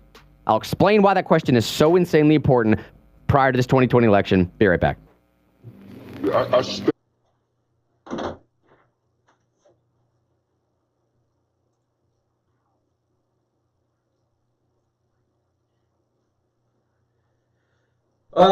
gotta go find a battery real quick, Facebook. I'll be right back. Then, like, have you done a lot of work? I've done research, I have empirical evidence, Yeah. Well, it doesn't make 100% sense. Okay. But I've met girls that were tiny that you could not fuck hard enough. Yeah. And they just like, open up, yeah. But not just that. It's just like they want it like that. They want savage.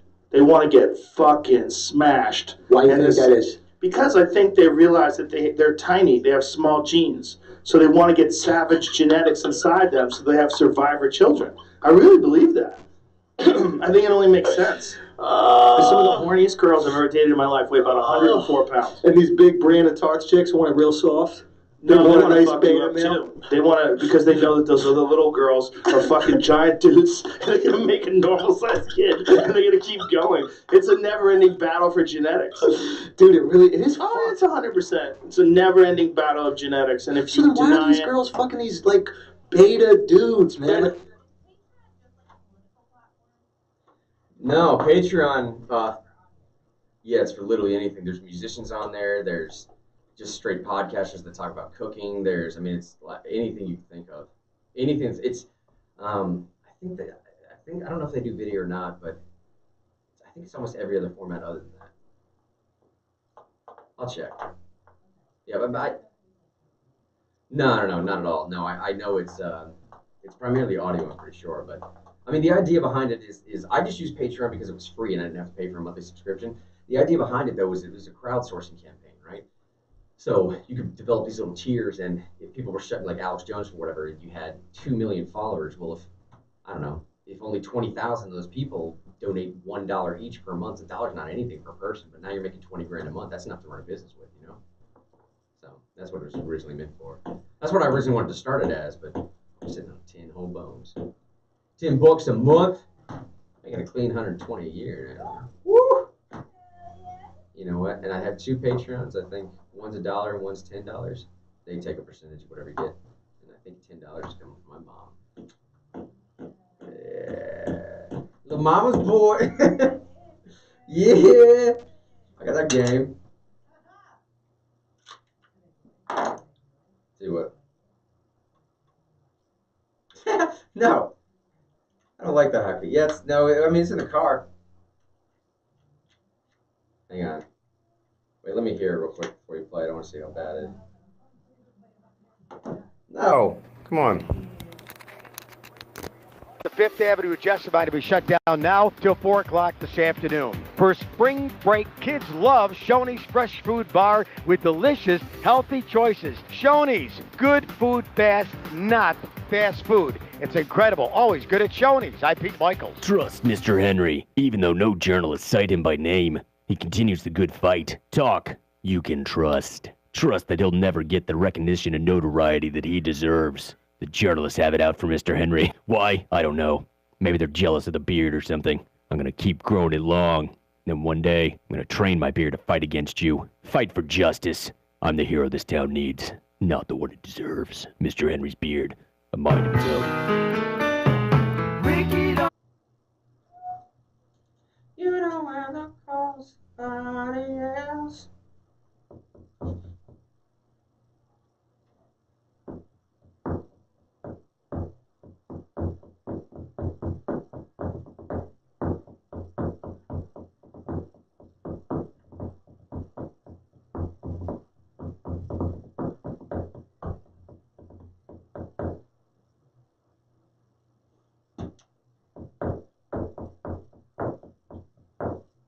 $8:53 in the morning. Welcome back to Real News. My mother loves this song because my father's name is Rick, so she sings it to him sometimes. Ricky, don't lose that number. And she always likes to tell a story too of how they initially met.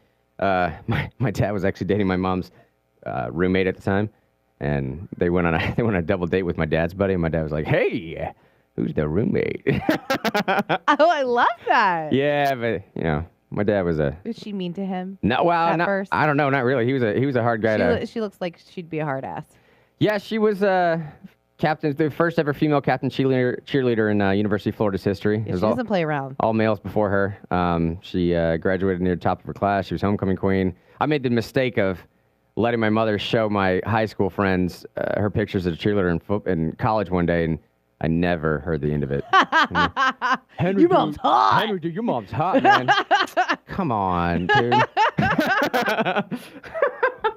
Yeah, but my dad, too, apparently was a guy that was hard to look away from back in the day. Chiseled cut, jet black hair, like these piercing blue eyes. He's you know what so cute. Yeah, well, yeah. He is. That's a very nice eyes. See where I get these jeans from, you know what I mean? Oh, I bought them from Old Navy, didn't go that far, but... Old Navy? Old Navy jeans? Yeah, Roz got it. Hey, let's get back to this. Kelly said in Facebook, does she read? You know the document? It's called the Constitution. Here's what she's talking about. What document? What document? Great question. But can I go you one bigger? Yeah. And that is, I believe we need a constitutional amendment that protects the right to vote for every American citizen and to make sure that vote gets counted. We need to put some federal muscle behind that. And we need to repeal every one of the voter suppression laws that is out there right now.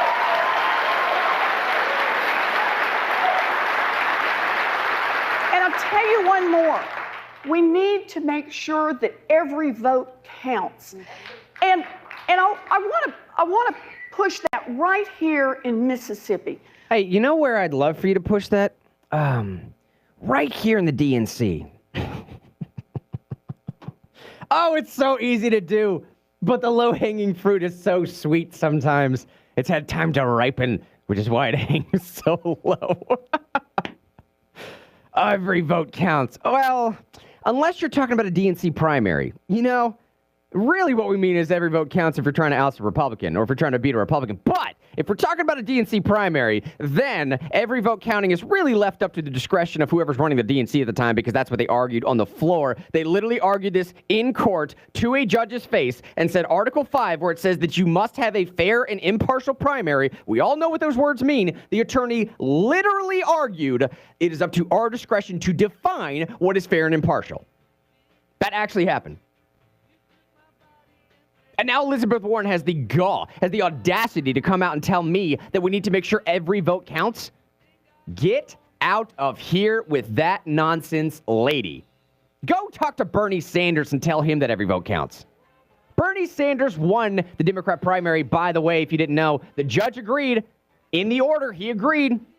But he said, it's a private entity. What do you want me to do about it? You have no standing in this courtroom. Elizabeth Warren, she either has no idea what she's talking about, which is not true, or she's blatantly lying, which is much worse. I guarantee it's the latter of those two. 8:57 news, traffic, weather, all that. Be right back.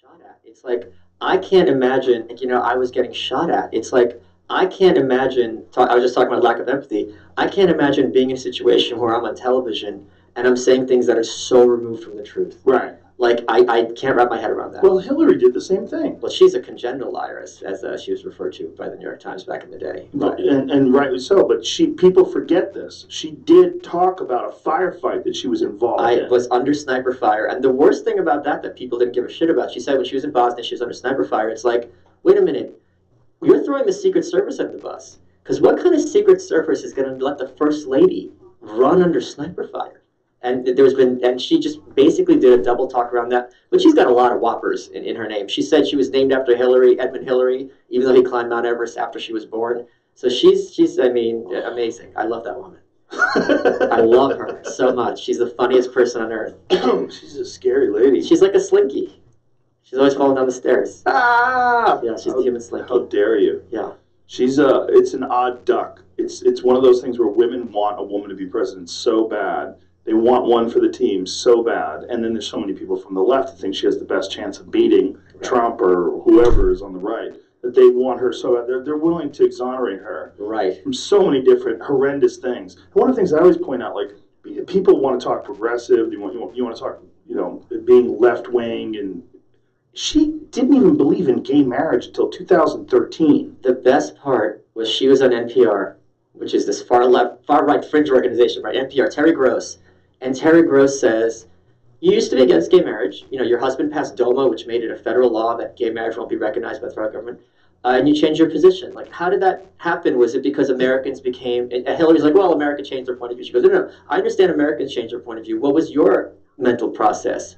And she goes, no, Terry, you're saying that I changed my mind for political purposes, and that's not true. And she starts yelling at her. And it's like, holy shit, you're on NPR and you think they're too right-wing for you because they're calling you out on your bullshit, you fucking loon. But the worst part is I had Juanita Broderick on my show 2 weeks ago, and she's the one who accused Clinton of raping her. And I asked her, who's worse, Clinton or Hillary? She said Hillary.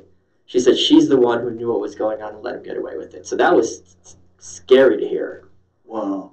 The thing that got me was when they were confronting Bill recently about Monica Lewinsky, and they asked him, do you owe her an apology? Right. And he was like, if anybody thinks that I got out of that free, you're crazy. Let me tell you something. I left the White House millions of dollars in debt. Yeah, and they stole the furniture and they had to return it. They stole the furniture? Yeah, they looted the White House. They had to return all the shit they stole. Come on. There's a book called Final Exit written by Barbara Olson, who died in 9/11, and it's all about they fucking stole everything. Really? All the staff also popped out all the W's of the keyboards, so the George Bush office people couldn't use them. Yeah. They went out there like assholes. They popped all the W's. They popped the W's, yeah. That's actually kind of funny. That is funny. That's actually kind of funny. That's a good little fuck you. Yeah. But the idea that this guy would, especially in today's political climate and dealing with Me Too and all the various scandals that have been going on, rapists exposed, that this guy, who, if all that shit was going on today, would likely either be under indictment or at the very least under heavy investigation for sexual assault. But because it's so long ago, it seems to be like this weird sort of gray area. He's saying, I don't owe her an apology. You know, if anybody thinks that I wasn't punished. Like, you weren't punished. Like, you're worth hundreds of millions of dollars now. How? How are you worth so much money now? One of the greatest things I remember at the time, this has been forgotten, the press likes to throw this under the rug, sweep it under the rug. They said at first that Monica Lewinsky was a stalker. All of Clinton's goons would go on the news channels at the time, say she's a lunatic, she's a stalker, they never had an affair, and you're sitting there, she's like 23. How the fuck do you stalk a president? Like, that doesn't make any sense. If it wasn't for that dress, let's keep that in mind, if she didn't have physical evidence, nothing would have happened to him, and she would be regarded as a loon to this day, and she'd be treated a complete pariah. They were ready. She would have never went public with it. It was that other lady that forced her to go public. No. Ken Starr found her. He subpoenaed her. Yeah, but it was because of that woman. Linda Tripp. Yeah. Right. It was her coaxing her. To keep the dress. Her. Yes. But not just keep the dress, but go public with this and talk about She was outed by Drudge, remember? Was that before that? Before Linda Tripp was doing all this? Linda Tripp was coaching her through the whole thing. Linda Tripp was coaching her privately. This was all private. Drudge broke it because the press wasn't covering it, and they didn't know what to do because this is a big moment in internet history where they're like, this website is revealing information, and now we're going to talk about it. I thought that was also coming from Linda Tripp, and I thought Linda Tripp was taping the conversations. Linda Tripp was taping the conversations. Yeah. I don't know how. I know Drudge was the one who made all this shit public. Maybe she was being subpoenaed privately. I thought she was going to Drudge and she was leaking information. I don't know. Is that true? Can you look that up? I don't think Linda Tripp was leaking to Drudge. Or maybe she was. I don't know. I thought the story was, I don't know though. I thought the story was that she was coaching Monica Lewinsky and trying to get her to go public with it. That's possible, but Monica didn't go public. Drudge forced her out of the closet. And she also did it without Monica's consent as far as the recording. That was true. She went to jail for it, didn't she? Or she was at least arrested. Something happened. Yeah, she was at very least arrested for recording without consent. But my point was, like, him said on television, like, the lack of insight, the lack of objectivity, is the lack of personal objectivity, that he's getting asked this question, do you owe her an apology? That he can't say, look, I made a mistake. I shouldn't have done it. Right. It was a bad thing to do, and especially a bad thing to do to a 20-year-old girl and have her exposed like that. Who was close to my daughter's age. Yeah, and for him to not say that, there's like some serious sociopathic shit involved in that. He's never, I mean, that's his MO. He never ever, well, also, if you're apologizing, you're probably legally culpable, right? Because they were going to get it for perjury. Right. So an apology is an acknowledgement, possibly, from I mean, they pulled his legal license because of this. That was part of the deal. When he left the White House. That's right. That's right. I forgot about that. Yeah, the whole thing's a mess. And then when Hillary's asked about it, was that some sort of abuse of power? She's like, no, because they're adults. Monica Lewinsky was an adult. She was, in comparison to him, but it's also like fucking president. So the only time there's an abuse of power is when children are involved. Yeah. Like, what the fuck are you talking about? That is crazy. That makes no sense. But not only that, that is the biggest between an intern and the leader of the world. Right. I mean, there's no bigger gap. Right. Forget about like studio executive and actress. You know, like that's tiny in comparison to the leader of the world and an intern. And at the time, all the feminists ran interference for him. The only one who did it was the craziest one, Andrea Dworkin. And she goes, we know he's a rapist, vis-a-vis Bernita Broderick. We know this was sexual harassment, sexual harassment, and everyone's covering for him. And you guys are being complete hypocrites. It's crazy. It's crazy that they're willing to do that. It's really tribalism. I know, but it's so fascinating when you see it so blatant. Yeah.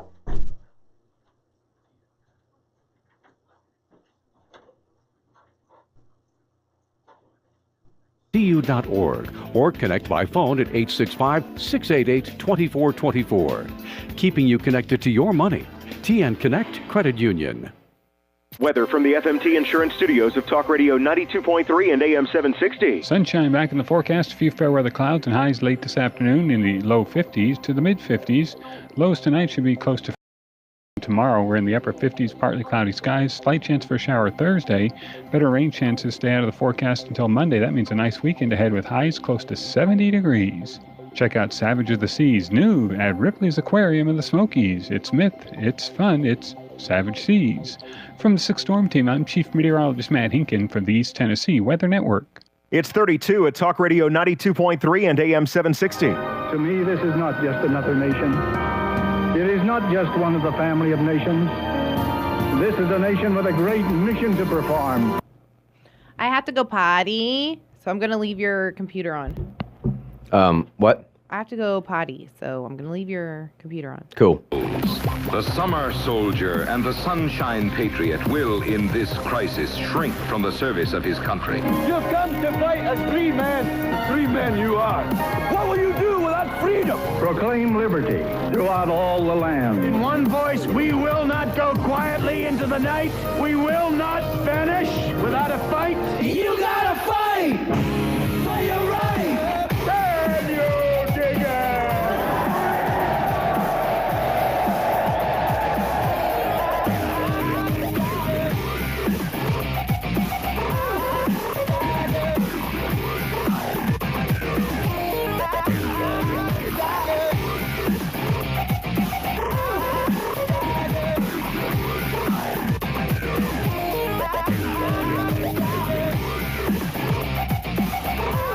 9:07 in the morning. Welcome back to Real News, ladies and gentlemen.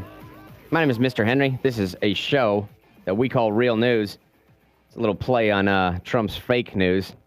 Actually, I don't know if I've ever done this. Yeah, we did this before. Let's be real with the Real News audience here. Real News is... There's a couple shows out there entitled Real News. David Knight at InfoWars has a program called Real News.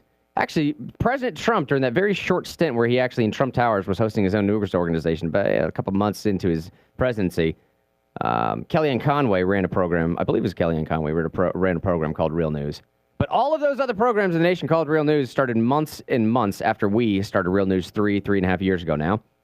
But the title Real News, Sean and I actually didn't even come up with. It was our buddy Brandon. I'll say his last name. Yeah, Brandon Acuff. He's one of Sean's close friends, one of my close friends. We were trying... John Adams, Admiral Station Manager, came to us and said, hey, you know, we got a program for you. And the program sort of wrote itself because you're basically just listening to Shine and I have a conversation, the exact same conversation Shine and I were having since we were freshmen in high school, just someone put microphones in front of our mouths. That's all this show ever was, and it's all it ever really will be. But I remember when he sat me down and said, hey, I have this potential show. Oh, yeah? I want you to listen to it. We sat down in the conference room for maybe 2.5 minutes, and I said, yes. Really? Let's do it. Awesome. Yeah. Well, I'll tell you, Shine and I were flabbergasted when they came back and said, yeah, we'll let you do the show. Yeah, it was fun. Yeah. Just 2.5 minutes. That's all I needed. Yeah? Yeah. That's awesome. Well, apparently that's all the other Real News audience means. But one of the things, I'd say the thing that we struggled with the most was not the content. It wasn't the local coverage. It wasn't how we're going to work with dynamics on air, who's going to lead, who's going to drive all this. The thing we struggle with the most is what are we going to call this show? We wanted to be something that grabs you, that's dynamic, that's somewhat profound. And our buddy Brandon came down and he's like, bro, why don't you just play off Trump's fake news? Just call it Real News. We were like, yes, yeah, absolutely. There it is. Shout out to my boy, Brandon Acuff. Maybe he was watching CNN fake news. Hey, and I don't think anybody knows this guy that I'm talking about. and I don't even know if I have the liberty to talk about this right now, but I do have airwaves in front of me, and I have this mic in front of me, and I believe in the power of prayer. So I don't want to get into the details of what's going on with our buddy here. And this happened a while back, and I don't really know the updates yet, but he's having some health problems with some members of his family. And I don't want to be too detailed, but very, very important members of his family. So again, the guy's name is Brandon Acuff. If you remember his name, or if you know him or don't know him, you don't have to. But if you do believe in the power of prayer, just, man, throw that name in there. I've always believed, too, you don't have to understand the details of what you're praying for because God does. So, man, throw a prayer out there. Pray with a mustard seed amount of conviction, and I do believe it moves mountains. You don't have to believe fully, just this small, minimal requirement that God requires of us, just that aspect of faith. Linus Elizabeth Warren. Yeah, cool. Linus, I'll get to you in just a second. Let me finish out this clip from Elizabeth Warren. I'll play the rest of the clip here, and then we'll comment as we need to go. That's what we're talking about right now, by the way. Crime Plus call number, if you have a comment on this, 865-888-TALK, 865-888-8255. We're at minute 108 right now. I'm going to go to 3:23, so give me about 2 more minutes here, Linus. I'll get you on this, because eventually she has to explain how all this works into getting rid of the Electoral College. Here we go. We need to make sure that every vote counts. And I want to push that right here in Mississippi, because I think this is an important point. Come a general election, presidential candidates don't come to places like Mississippi. Yeah. They also don't come to places like California and Massachusetts, right? Because we're not the battleground states. Well, my view is that every vote matters. And the way we can make that happen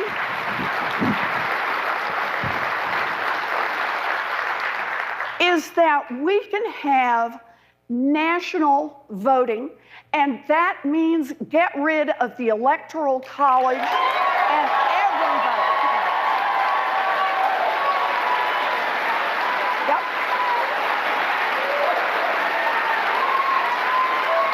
Everybody.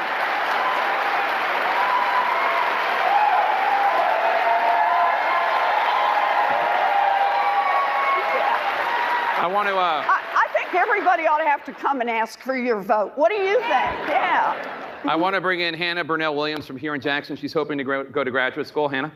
Hi, Senator Warren. Hi. All right, before we move on to that, just one quick point, then I'll go to Linus here about that.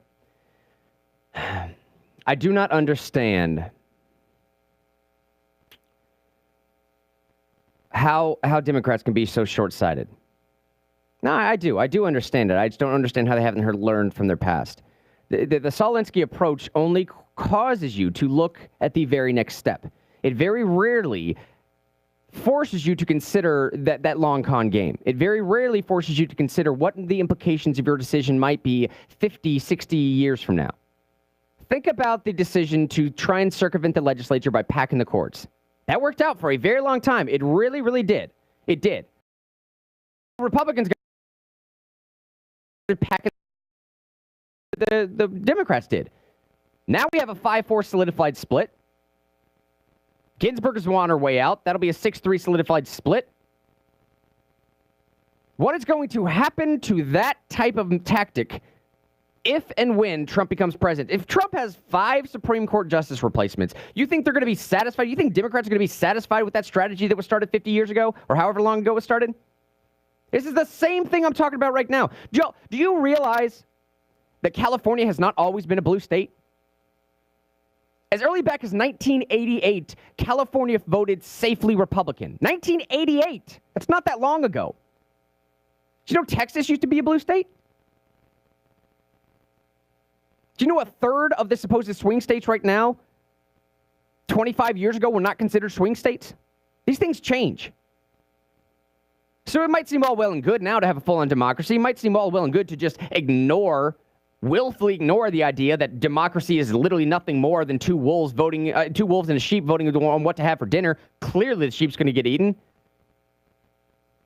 It's not enough just to ignore the thousands of years that led to the Enlightenment philosophy that we have now as to what a representative republic is and why we do not have a democracy. Read the Federalist and the Anti-Federalist Papers. We had this debate for a very long time. People that are far smarter than anybody living right now involved in politics debated this over decades. 1988, California voted safely Republican.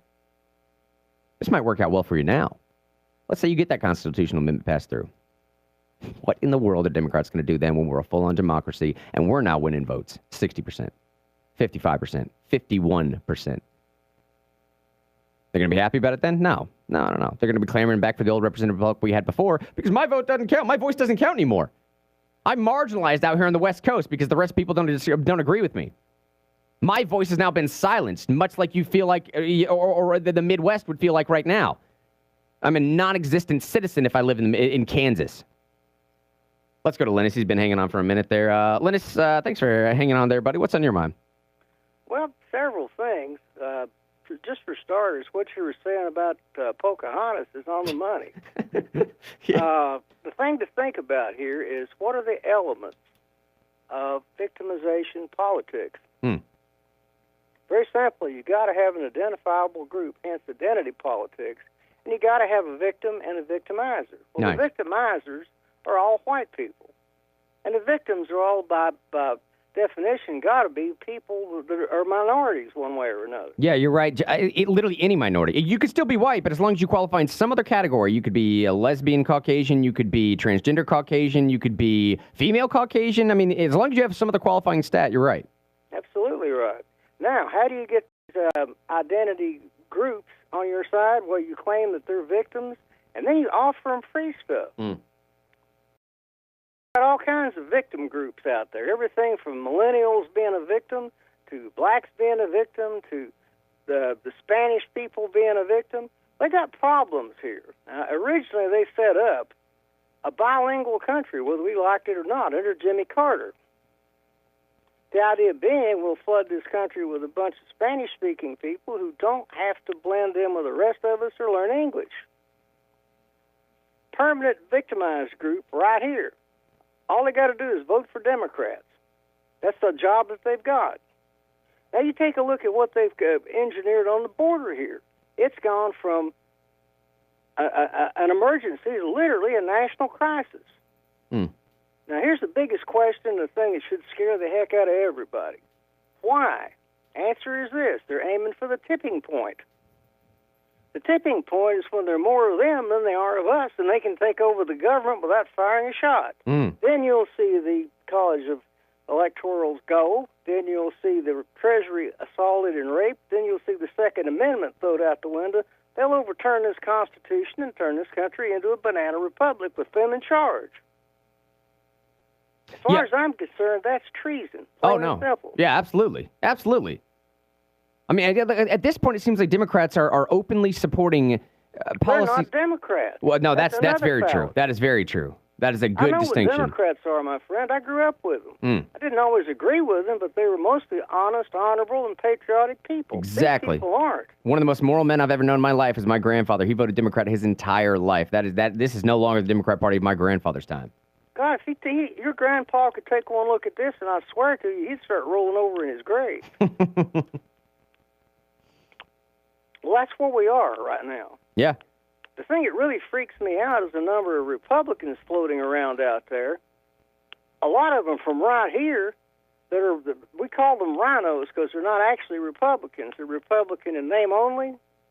They have actually sided with the Democrats against the President of the United States and against 65 million people that voted for him and his agenda. Now, in what context are you talking about there? I'm talking about Lamar Alexander, for starters. Gotcha. Okay.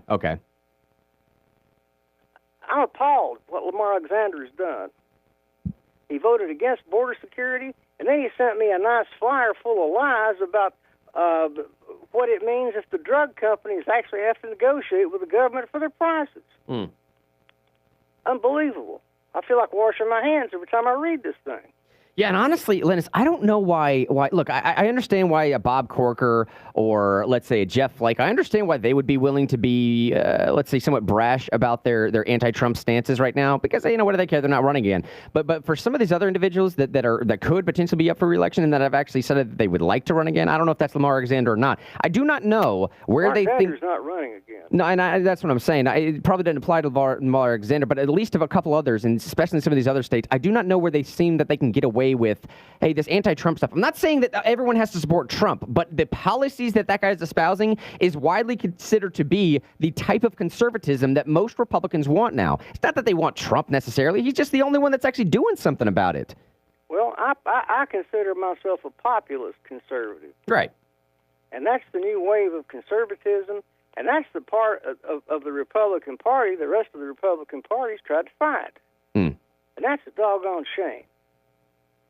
It's been around for years. Nancy Reagan used to call herself Nixon's wife called herself a cloth coat Republican. That's who the populist Republicans are. They're working class people who love this country and who believe in freedom and the Constitution. Yeah, and I'll say, too, it's the working class folks that, like I said, I use this a lot, but Tucker Carlson talks right now, too, about in this country, unfortunately, there is a sense of pay gap disparity, and there is a sense of this sort of class system, right? The sort of new caste system, if you will, and that's causing a lot of people to be upset about it. Now, I believe that each party is trying to address this exact same issue. The same issue being that the people at the very top are making a lot, and it didn't used to always be that way. It used to be through the late 40s, 50s, and a little bit into the early 60s, we used to have a medium class that was seemingly thriving and could potentially thrive, good-paying job, retirement, all that stuff. Now that seemed to be gone. Trump is addressing that in the way of giving more power back to the people, of individual rights, individual choices, less government, let the free market reign. It seems like the left is trying to address that by just more and more power of government. Let us fix everything for you. We're addressing the same problem, and I think you're right. Trump is very clearly trying to get at the middle class and saying, hey, something was lost. I'm trying to give it back to you. I believe that had a lot to do with the promise of the aluminum and steel tariffs, regardless of if you agree with tariffs or not. He had a very clear base that he was trying to reach out to with that. I'll give you the last 30 seconds here, though, Linus. Well, really, very simply, it's this. The working class, middle class America is under siege, and not just in America. They're after the working class everywhere that they can go, because world communism in the end has decided that the reason communism don't work is because middle class America opposes it. I hear you. Working people are opposed to it. Linus, so we got to go, folks. Yes. Middle class has got to die. I hear you. Linus, great comments, buddy. We'll talk to you soon. Bye-bye. There goes Linus. Hey, hit this break, 9:22 right now. We'll come back and finish out this analysis. Elizabeth Warren says we need to get rid of the Electoral College. She does not care about the Electoral College. Democrats in general don't care about the Electoral College. They just don't want us to keep talking about this inevitable question that I hope comes up on the 2020 census. Are you an actual citizen? Are you an actual citizen? Because that is what's going to change the Electoral. They want the Electoral College to remain. They do. Believe me. Take my word for it. Elizabeth Warren, everybody that's saying, every Democrat right now that's pitching for this idea that they want to get rid of the Electoral College, that is not what they want. And they will never do that. They know they will never do that, because you think in this day and age, as partisan as we are, as divisive as this nature is, we're actually going to get a constitutional amendment passed through? You think you got 2/3 of that support? Get out of town. It's not going to happen. And they know that. They're grandstanding, so we don't talk about that question in the census of, are you a citizen? Because that census, that very question, could dynamically change the landscape of House representation and electoral votes. And they know it. That's why they've been setting up sanctuary cities, because the game is to change the Electoral College system, and they distract you from that by saying they don't even want the Electoral College system. I'll explain all this when we get back. 9:23 now. Be right back.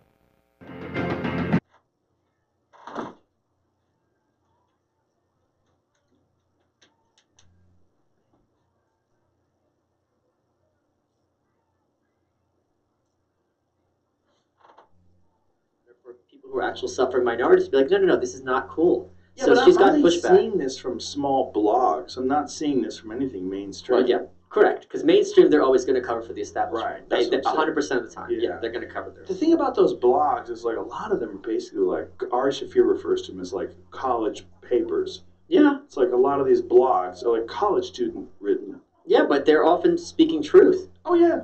Well, I would hope more would come out and say, hey, you can't say you're Native American. It's just like imagine the outrage if I just started calling myself African American. Well, did you see what Trump said? He said, well, I can't call her Pocahontas anymore because she's not an Indian. And I'm just like, oh my God, we're not worthy. He says some hilarious shit, man. Oh, yeah. He really does. He really does. He's fucking funny off the cuff. Oh, yeah. Really is, and the way he goes after people, like, even though he's the president, like, he still calls people fucking losers. I mean, he still calls them losers on Twitter and goes after them. The horseface? Horseface. He called Stormy Daniels horseface. Just think of how repulsive he is physically. He's fat, his face is all fucking hanging off of his bones, he's got white raccoon eyes and orange skin, and yet he still will mock Stormy Daniels and call her horseface. Someone tweeted out, I forget who, the Joe Rogan experience. Like, that's been solved. No, there's a lot. I'm into the geopolitical and domestic policy shit. Yeah. Right? That's where I was drawn more about what's really going on. Behind the news, all that sort of stuff. This is bullshit. And I was lucky to train a lot of law enforcement and then military, high-level military, and get connected to intel guys who go, Pat, we need to talk. Like, no, you're completely off. Let me explain things to you, right? It was like, as far as, like, what were you completely off about? Well, I can tell you what I was right about when I called up my buddy and I go, hey, 4 years ago, whatever it was, 4.5 years ago, I go, we're funding ISIS, aren't we? He goes, oh, yeah. Yeah, NATO's the go-between guy. What do you think? Al-Nusra, ISIS, friggin' Al-Shabaab? What do you fucking think? So why do they fund ISIS? To take out Syria. It was obvious, right? The Mujahideen in Afghanistan was to friggin' take out the Russians. But the way I looked at it was, when that was going on, funding the Mujahideen was to bankrupt Russia, right? We wanted them to go bankrupt, and it worked. Reagan was a genius in that part. The diabolical part, of course, is Russia and America both fighting over the resources of Afghanistan. Right. But ISIS was just, that's some weird shit.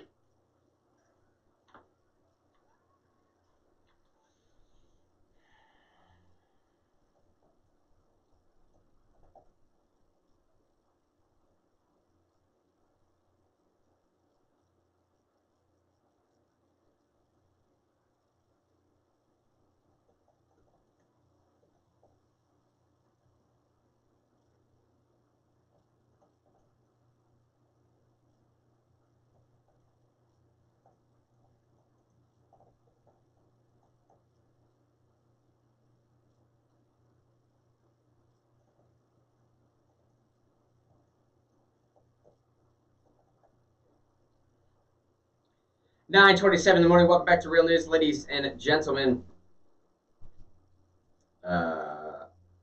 Yeah, Judy, sorry about that. Let me, I'll address this. I play some stuff on Facebook off air, some stuff that I'd never be able to get away with on air. Sometimes it's Joe Rogan. I appreciate the commentary, but Judy makes a great point. This is totally off topic, but she says the language on the tape playing during the break is offensive. Why can't people communicate without useless profanity? It surely is the vice of the uneducated, is it not? Judy's dead on right here. One thing I really appreciated about Scalia was a curmudgeon old man. He was just a mean dude. Met him in person one time, signed a book. I've told this story on air. He's not a nice guy. He doesn't have to be a nice guy. It's actually good that he wasn't a nice guy. But something I always appreciated him for is, and something that I constantly try and do myself, which I don't do very well. But what I constantly try and do is use the particular term, the particular word that's meant for a very particular reason, right? Some words are better than others. And Judy brings up the point of why can't people communicate without all the useless profanity? Right. Most profanity is very useless. Actually, South Park had a really funny take on this one time. They had an episode where they were trying to see how much they could get away with by way of FCC violations. They were trying to figure out the number of times they could say the S word on one show and still not be kicked off the air for it. Well, the idea ended up becoming that the S word is a curse word, as they say. And I think by the end of the episode, they'd said the curse word 276 times. Don't quote me on that, but something to that extent. And the curse word actually ended up bringing a curse on the town of South Park because it is, after all, a curse word. You're talking frogs falling from all the plagues, everything. But I think one of the points, again, of not just of that show, but of the old adage that, profanity is the vice of the uneducated, the sense being is that you just don't know what other word to say to express your emotion.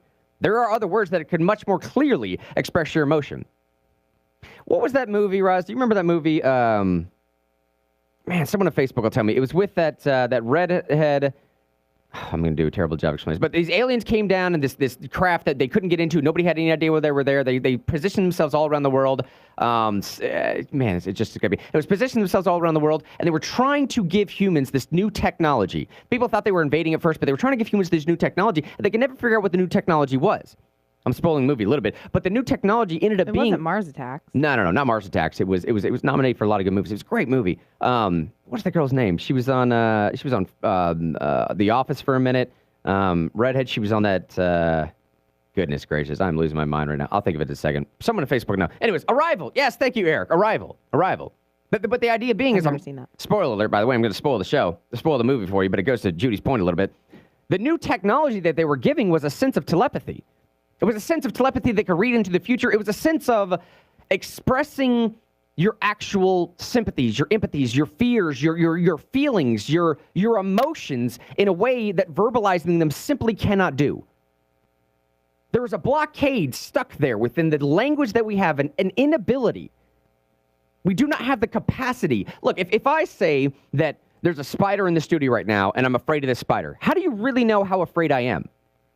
Even if I told you a story that somehow broke it down anecdotally that I was bitten by a brown recluse when I was 5 and it swole up and they had to cut some skin off my leg, that would give you some sense as to how afraid I am of spiders, but you really would never fully understand what it meant for me to be afraid of spiders. You could possibly sympathize with being afraid of some spiders. You may not be able to empathize to my full extent of how fearful I am of spiders. Well, the technology for these aliens was, that's what it is. That's how you break it down. This chain of communication. You want to have these international dialogues? You want to have summits and do peace? You need to really break through that barrier of this commonality between human existence. And I think that's one of the great things about not just language, but primarily the English language is, hey man, if you become too reliant upon cuss words, then what you're really indicating is that you're not a great communicator. You don't know how to get it across otherwise. Oh my gosh, I just wasted a whole segment with that. Well, all right, it was fun. We'll hit this break now. I'll come back with the rest of this Elizabeth Warren stuff and explain why it is that the Democrats actually do want to keep the Electoral College, even though they're telling you they don't want to. Be right back.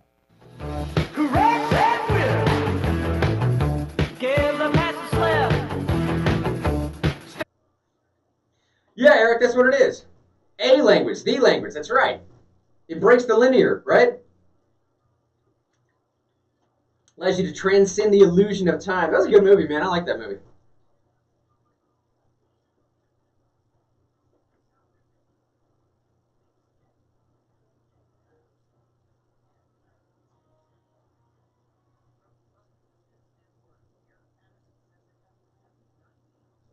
All right, with that being said, let me see if I can find something not offensive.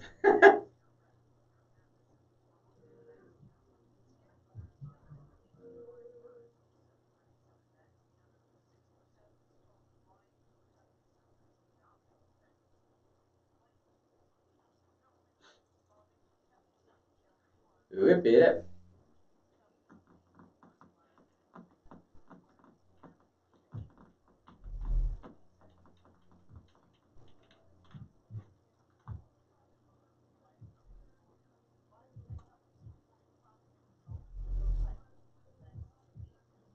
So as part of let's see if this is any better. Maybe it won't be. We'll see. Continuing the fallout of the Christchurch mosque massacre, Chelsea Clinton was somehow blamed for it by radical left-wing activists that she had gotten into bed with and clearly is starting to regret. Look at this. After all that you have done and all this ultimately I'm so sorry. Well, certainly it was never my intention. I do believe words matter. They do matter. And this right here is the result of a massacre stoked by people like you and the words that you put out into the world. And I want you to know that, and I want you to feel that deep inside me. 49 people died because of the rhetoric that you put out there. What does I'm sorry you feel that way mean? What does that mean? So let's go through this in some detail, because it's amazing the way that they're attacking her, and it's also amazing the way that Chelsea is actually defending herself against these attacks. After all that you have done and all this ultimately I'm so right at the beginning, all that you have done. Well, what the hell has Chelsea Clinton done to Islam? I mean, she's not Sam Harris or something, is she? You know, who can say what Chelsea Clinton's opinion on Islam is? But look at the way Chelsea Clinton responds to this, in the very measured tone and the very sort of closed-in but formal body language that she presents. I'm so sorry. Well, certainly, it was never my intention. I do believe words matter. Look at Chelsea's face when she's replying.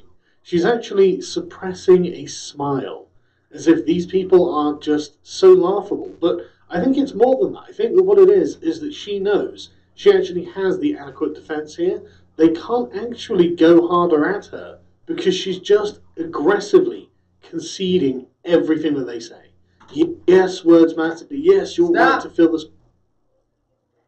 Huh? Okay, what are we giving away? Sweet.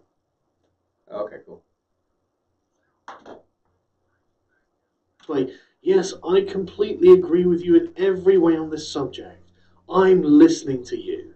But the thing is, I really don't think that she is. I think that what she's doing is effectively trying to diffuse a bomb in the far-left activists themselves.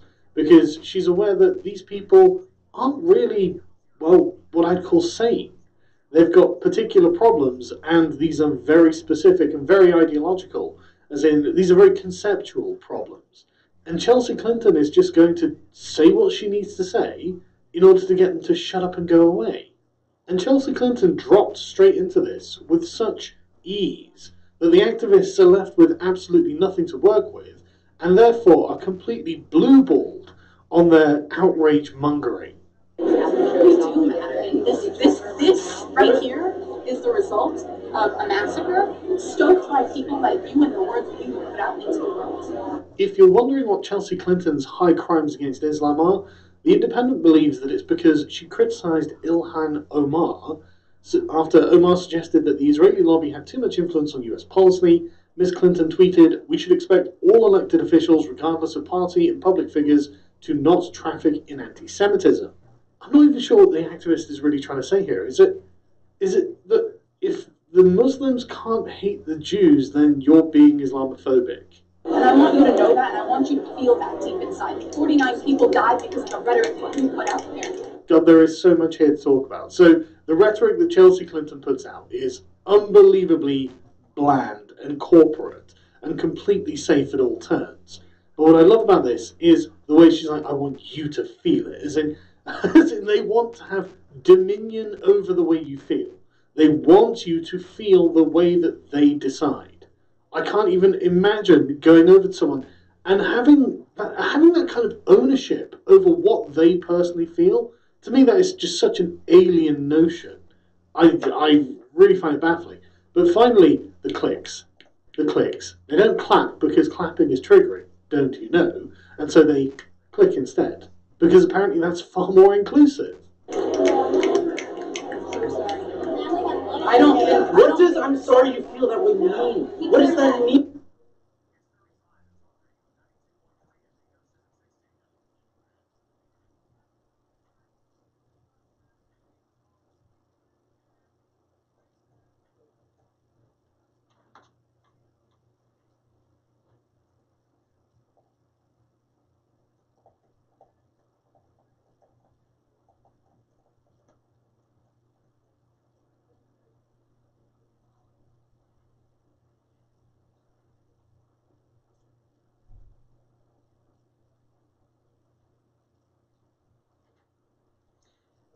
"9:38 in the morning. Welcome back to Real News. My buddy Shine just Facebook message said, "Dude, I'm coming to the studio." Hey, all right. I didn't even know he was in the studio. Take those headphones. I don't need headphones. I just need you, man. What's up, buddy? I was just literally just reading. I just saw that you sent me that. Yeah, I'm I've coming been to the studio. boycotting the show because he shaved his beard. Good. Thank you. I just didn't think I'm it not was allowed right. because I have to be here and stuff, but I would too. Yeah, I just said I'm not coming back until there's hair on that face. Yes. It just didn't I look agree. right. I mean, oh my gosh. I mean, what if you shaved Alvin the Chipmunk? That's what it would look like. It's not like that's a bad thing. It's shameful. He just doesn't look like Alvin anymore. No, that's right. Exactly. He's a hairless monk, like- and that's not good. You want to know why Donald Duck always wears the shirt and no pants? He's got those feathers down there. But He does. dude, if but he shaves, shaved. we're gonna have to wear Now some we're getting blue weird. jeans. You're Now we're shaving getting below weird. the belt. That's so weird. Can't shave below the belt. Golly. So, hey, good morning. What's up, buddy? Hey, let me say this real quick because we only got 20 minutes left. I don't know. Are you want to comment on the thing I said about the Democrats winning the Electoral College? Is that why you came in, or are you just coming in to riff? They don't know what they want. I think they do know what they want. I think some people know what they want. Yeah. But I remember we talked about Elizabeth Warren post, I'm really an Indian now. Yeah. You know, post that whole thing. Nobody's driving that train. There are some people who are smart who would think, you would think, like you're smart. Right. And you'd say, if the census says all these people are living in my state, I get more representatives. Yeah, in yeah. places like Mississippi, Alabama, maybe even Tennessee, get less. Right? So there are smart people. And then there are not smart people who are on the reactionary, identitarian, regressive left who are just like, don't ask people if they're immigrants. Right. They'll be on a list. They're like taking a page from gun owners, the gun lobby. It's like, you can't make a list of people. If the government has a list, they'll come after you. Right. Which is hilarious to me because we've always been told, we're crazy for thinking the government will come after us because they have a list of gun owners. Exactly. You know what I'm saying? Yeah, They have gone completely, so there's the conspiracy theory left. Maybe that's the best way to say it. The conspiracy theory left, and then there's the people who've been running the Democratic Party since the 60s, who've obviously had a plan about pandering to minorities, pandering to immigrants, pandering to the... And some of that was not disingenuous pandering. I don't want to say pandering like it's BS. Like, some people really believed in helping the downtrodden and the disadvantaged, whether they be, white lower class, minority lower class, whatever, religious, any kind of disenfranchised minority. So there are people who are smart, but then there's other people who are not smart, and they both right now have an equal voice. And I would even say that the not smart or the conspiracy theory left has the largest voice of any political demographic in the country. Oh, yeah. I mean, it's weird. But then there are smart people behind the scenes who are just trying to ride it out, like trying to wait for Alexandria Ocasio-Cortez's district to go away, for instance. Yeah. They're just trying to wait it out. They're like, we've been here for a long time. We have a plan. It's going to work.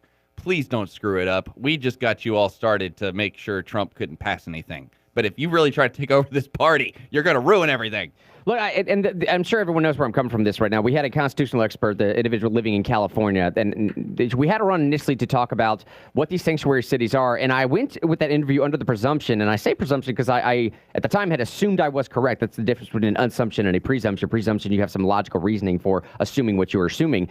I presumed that what she was going to say is the reason why we have sanctuary cities is because all these illegal immigrants are going to get out there and vote. They're going to change the vote. And she said possibly, but that's not the biggest appeal. The biggest appeal is when the census comes around, obviously Shine just said, you can include those people who are not actual American citizens in your population vote. That changes the demographic of the voting districts, which thereby changes the number of House members that you have, which thereby changes the number of electoral college votes. And now, if you think this is all hypothetical, it's not. No, there's people talking about it. Not even just talking about it. Alabama right now has a case that's already in the federal appeals court right now. Right now, Alabama has a case that's already in the federal appeals court that is citing if this census does not include a question about citizenship, we are verging on losing a House member, which may not seem a lot to Alabama, or in the grand scope of things. But a single House rep or a single electoral college is massive. It's absolutely huge, especially for a state like Alabama. And what they're saying is, because we're not playing the illegal sanctuary city game, because we don't feel it's constitutionally correct, or we just don't want that in our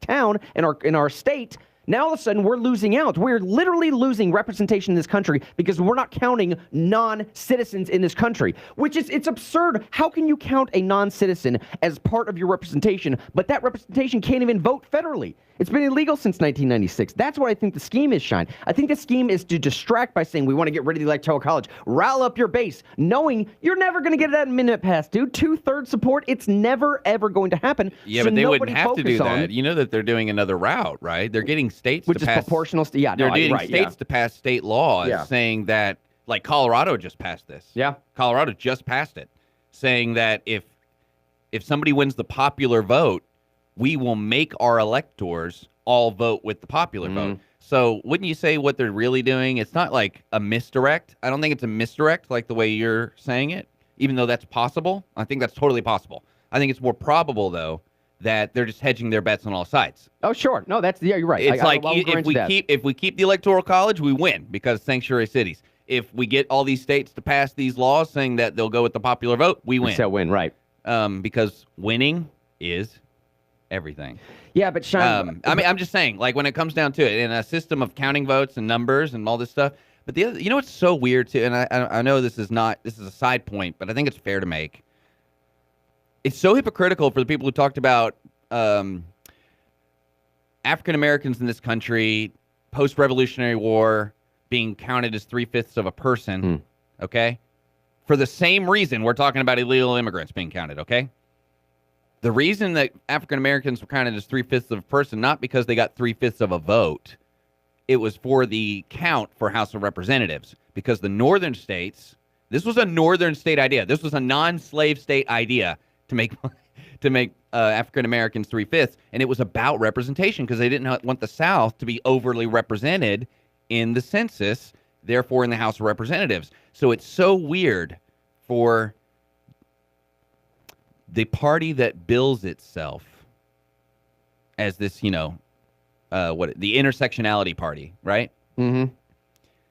To have a strategy of taking people who are not vote, the same strategy the South was trying to use post-Revolutionary War to use their slaves. And I draw I'm drawing the comparison on purpose, okay? They're trying to use their slaves to get more votes in the House of Representatives. And I'm talking about the upper class in California with their, it just became bad taste 25 years ago to have an African American taking out your trash and doing your gardening. That felt racist, but it didn't feel racist to hire Hispanics. I'm not kidding. You're right, dude. I'm not kidding. You're dead right. I've heard rich liberals from California say this crap, okay? Yeah. This is real. So, they're trying to use their slaves, they're underpaid, probably not making minimum wage in some cases, working under the table with no taxes. They're slaves to get more House members. And I just think I don't know if it's ironic or sad or whatever. Whatever it is, it's not virtuous. It's not moral. I know that. And it's definitely hypocritical, maybe. Yeah. Okay. But think about this too. Eric's saying on Facebook too, and considering the idea of lowering the voting age to 16, they are wolves. I mean, there's another sort of strategy that's being put along. But I think that's a let's just roll the dice and see what happens. Yeah. But this is coming from the same area that already allows illegal immigrants to vote in Maryland. Okay, that place that's pushing 16-year-olds. Right. It's a bunch of rich white hoity-toity people who live on another planet. Yeah, but it's they live on another freaking planet. I'm not normally a class person, but these people don't know what it's like to struggle. They're not connected to the reality. They live a different life than 99.9% of the people on the planet. Dude, but it's a frustrating thing because, frankly speaking, age is such an arbitrary consideration for being able to be qualified to vote. Think of it this way. We knew Nathan Keebley, right? When he was about 17 years old when we first met him. Yeah. I would much rather have a 16-year-old Nathan voting than a 45-year-old Democrat that I might know down the street. There are some 50-year-olds that I know in this state that I would rather have Nathan voting as a 16-year-old than some 45-year-old uninformed guy who just regurgitates points from CNN. Sure. I don't know how you do that. Maybe it's a literacy test. Or can you take even 5 questions from the U.S. citizenship test, and then we'll let you vote? Can you tell me one Supreme Court justice? I don't know what the questions are, but there needs to be a different qualifying standard other than just age. It seems to be such an arbitrary thing. I know that's a regressive. It's very regressive. Well, it's arbitrary because it can't be discriminatory. Right. That's why. You know what I'm saying? Yes, it exactly. has to be arbitrary. But, let's just send 16-year-olds off to war then. Right. Let's tell 16-year-olds they can buy a gun. Let's tell 16-year-olds they can buy a pack of cigarettes. Yeah. Let's tell 16-year-olds they can go buy a tank of alcohol. If they can vote, if they're these responsible people that can help shape the republic of the most powerful empire the world's ever known. Why don't let them buy a drink then? I was going to say, if you can choose the leader. Shoot, let them go die for us, let them Sign him up to die. Sign him up for war. Choose the leader of the free world. You might as well. That's what you got to say to people who say let 16-year-olds vote. And the reason we moved it from 21 to 18 is because we were sending 18-year-olds to die in Vietnam and they couldn't vote. That was really the argument. That was really the argument that was made in the 70s. Hey, we got to hit this break right now. We come back. I want to ask Shine whether he agrees or not. If this I disagree. This tactic might backfire on Democrats, much like the Supreme Court tactic did. Everything will backfire on the Democrats. 9:49. Be right back. I just wanted to see you. What's up, buddy? I have a doctor's appointment at 11, and I worked till I got home at 3:30 last night. Jeez. Or 3:45. Why? I had to work. I got picked up at 8:30 in the morning, and I worked till 3:30 in the morning. Jeez, dude. It was rub sauce. I slept for a little bit. I got up, took a shower. Otherwise, if I hadn't gotten back so late, I would have came here early. And Katie didn't go to work till 9, so I wanted to wake up and hang out with her. Noise? How's work been? It's great, man. Yeah. It's challenging. I mean, it's not this. Yeah, sure. But in its own way, it's more challenging than this. Oh, sure it is, dude. Frankly speaking, this is fun, but for you and me, it's not exactly challenging. It's challenging sometimes, man. I was about to say, it's more of a long-term challenge than a short-term challenge. Because you're always scrutinizing yourself. Yeah. So it's more of like, the challenge is to wonder if you're getting better. Mm-hmm. If the challenge is to wonder if you gave something enough attention or too much attention. Have you plateaued? Are you missing something? Right. And that's just in the delivery. Right. Hey, check this out. I got this from John. Have you seen this yet? Bathroom sign? I like all your little stuff. I think that's awesome, man. Yeah, dude, I'm trying to spruce the studio up. I don't know about your Belthamat symbol here. You know what that is? Ray was saying the same thing. Yeah, Belthamat. Golly. I didn't know what else I could configure the fingers as. Well, you could do the OK sign, which would also be hilarious. I don't know if it didn't. But how about the open palm? Okay. Open palm. That's pretty universally a positive symbol. This guy. God. Golly. You call yourself a Christian and you put demon symbols on an icon that broadcasts. I was just testing the Real News audience's knowledge base. That's all I was doing. Have you talked about the baby killer lobby yet? No. You didn't ask Martha about the baby killer lobby? Who's Martha? Marcia Blackburn. I wouldn't known that day. I had that freaking ultrasound that day. All right, so I'll tell them during the break about the baby parts lobby. All right. So the other day, did you talk about the story on the air about the mouse human clones? I didn't. No, not yet. Hang on. Oh. 2 calls. We ain't got time for 2 calls. Ain't got time for calls. These headphones suck. Oh, the world as we know it.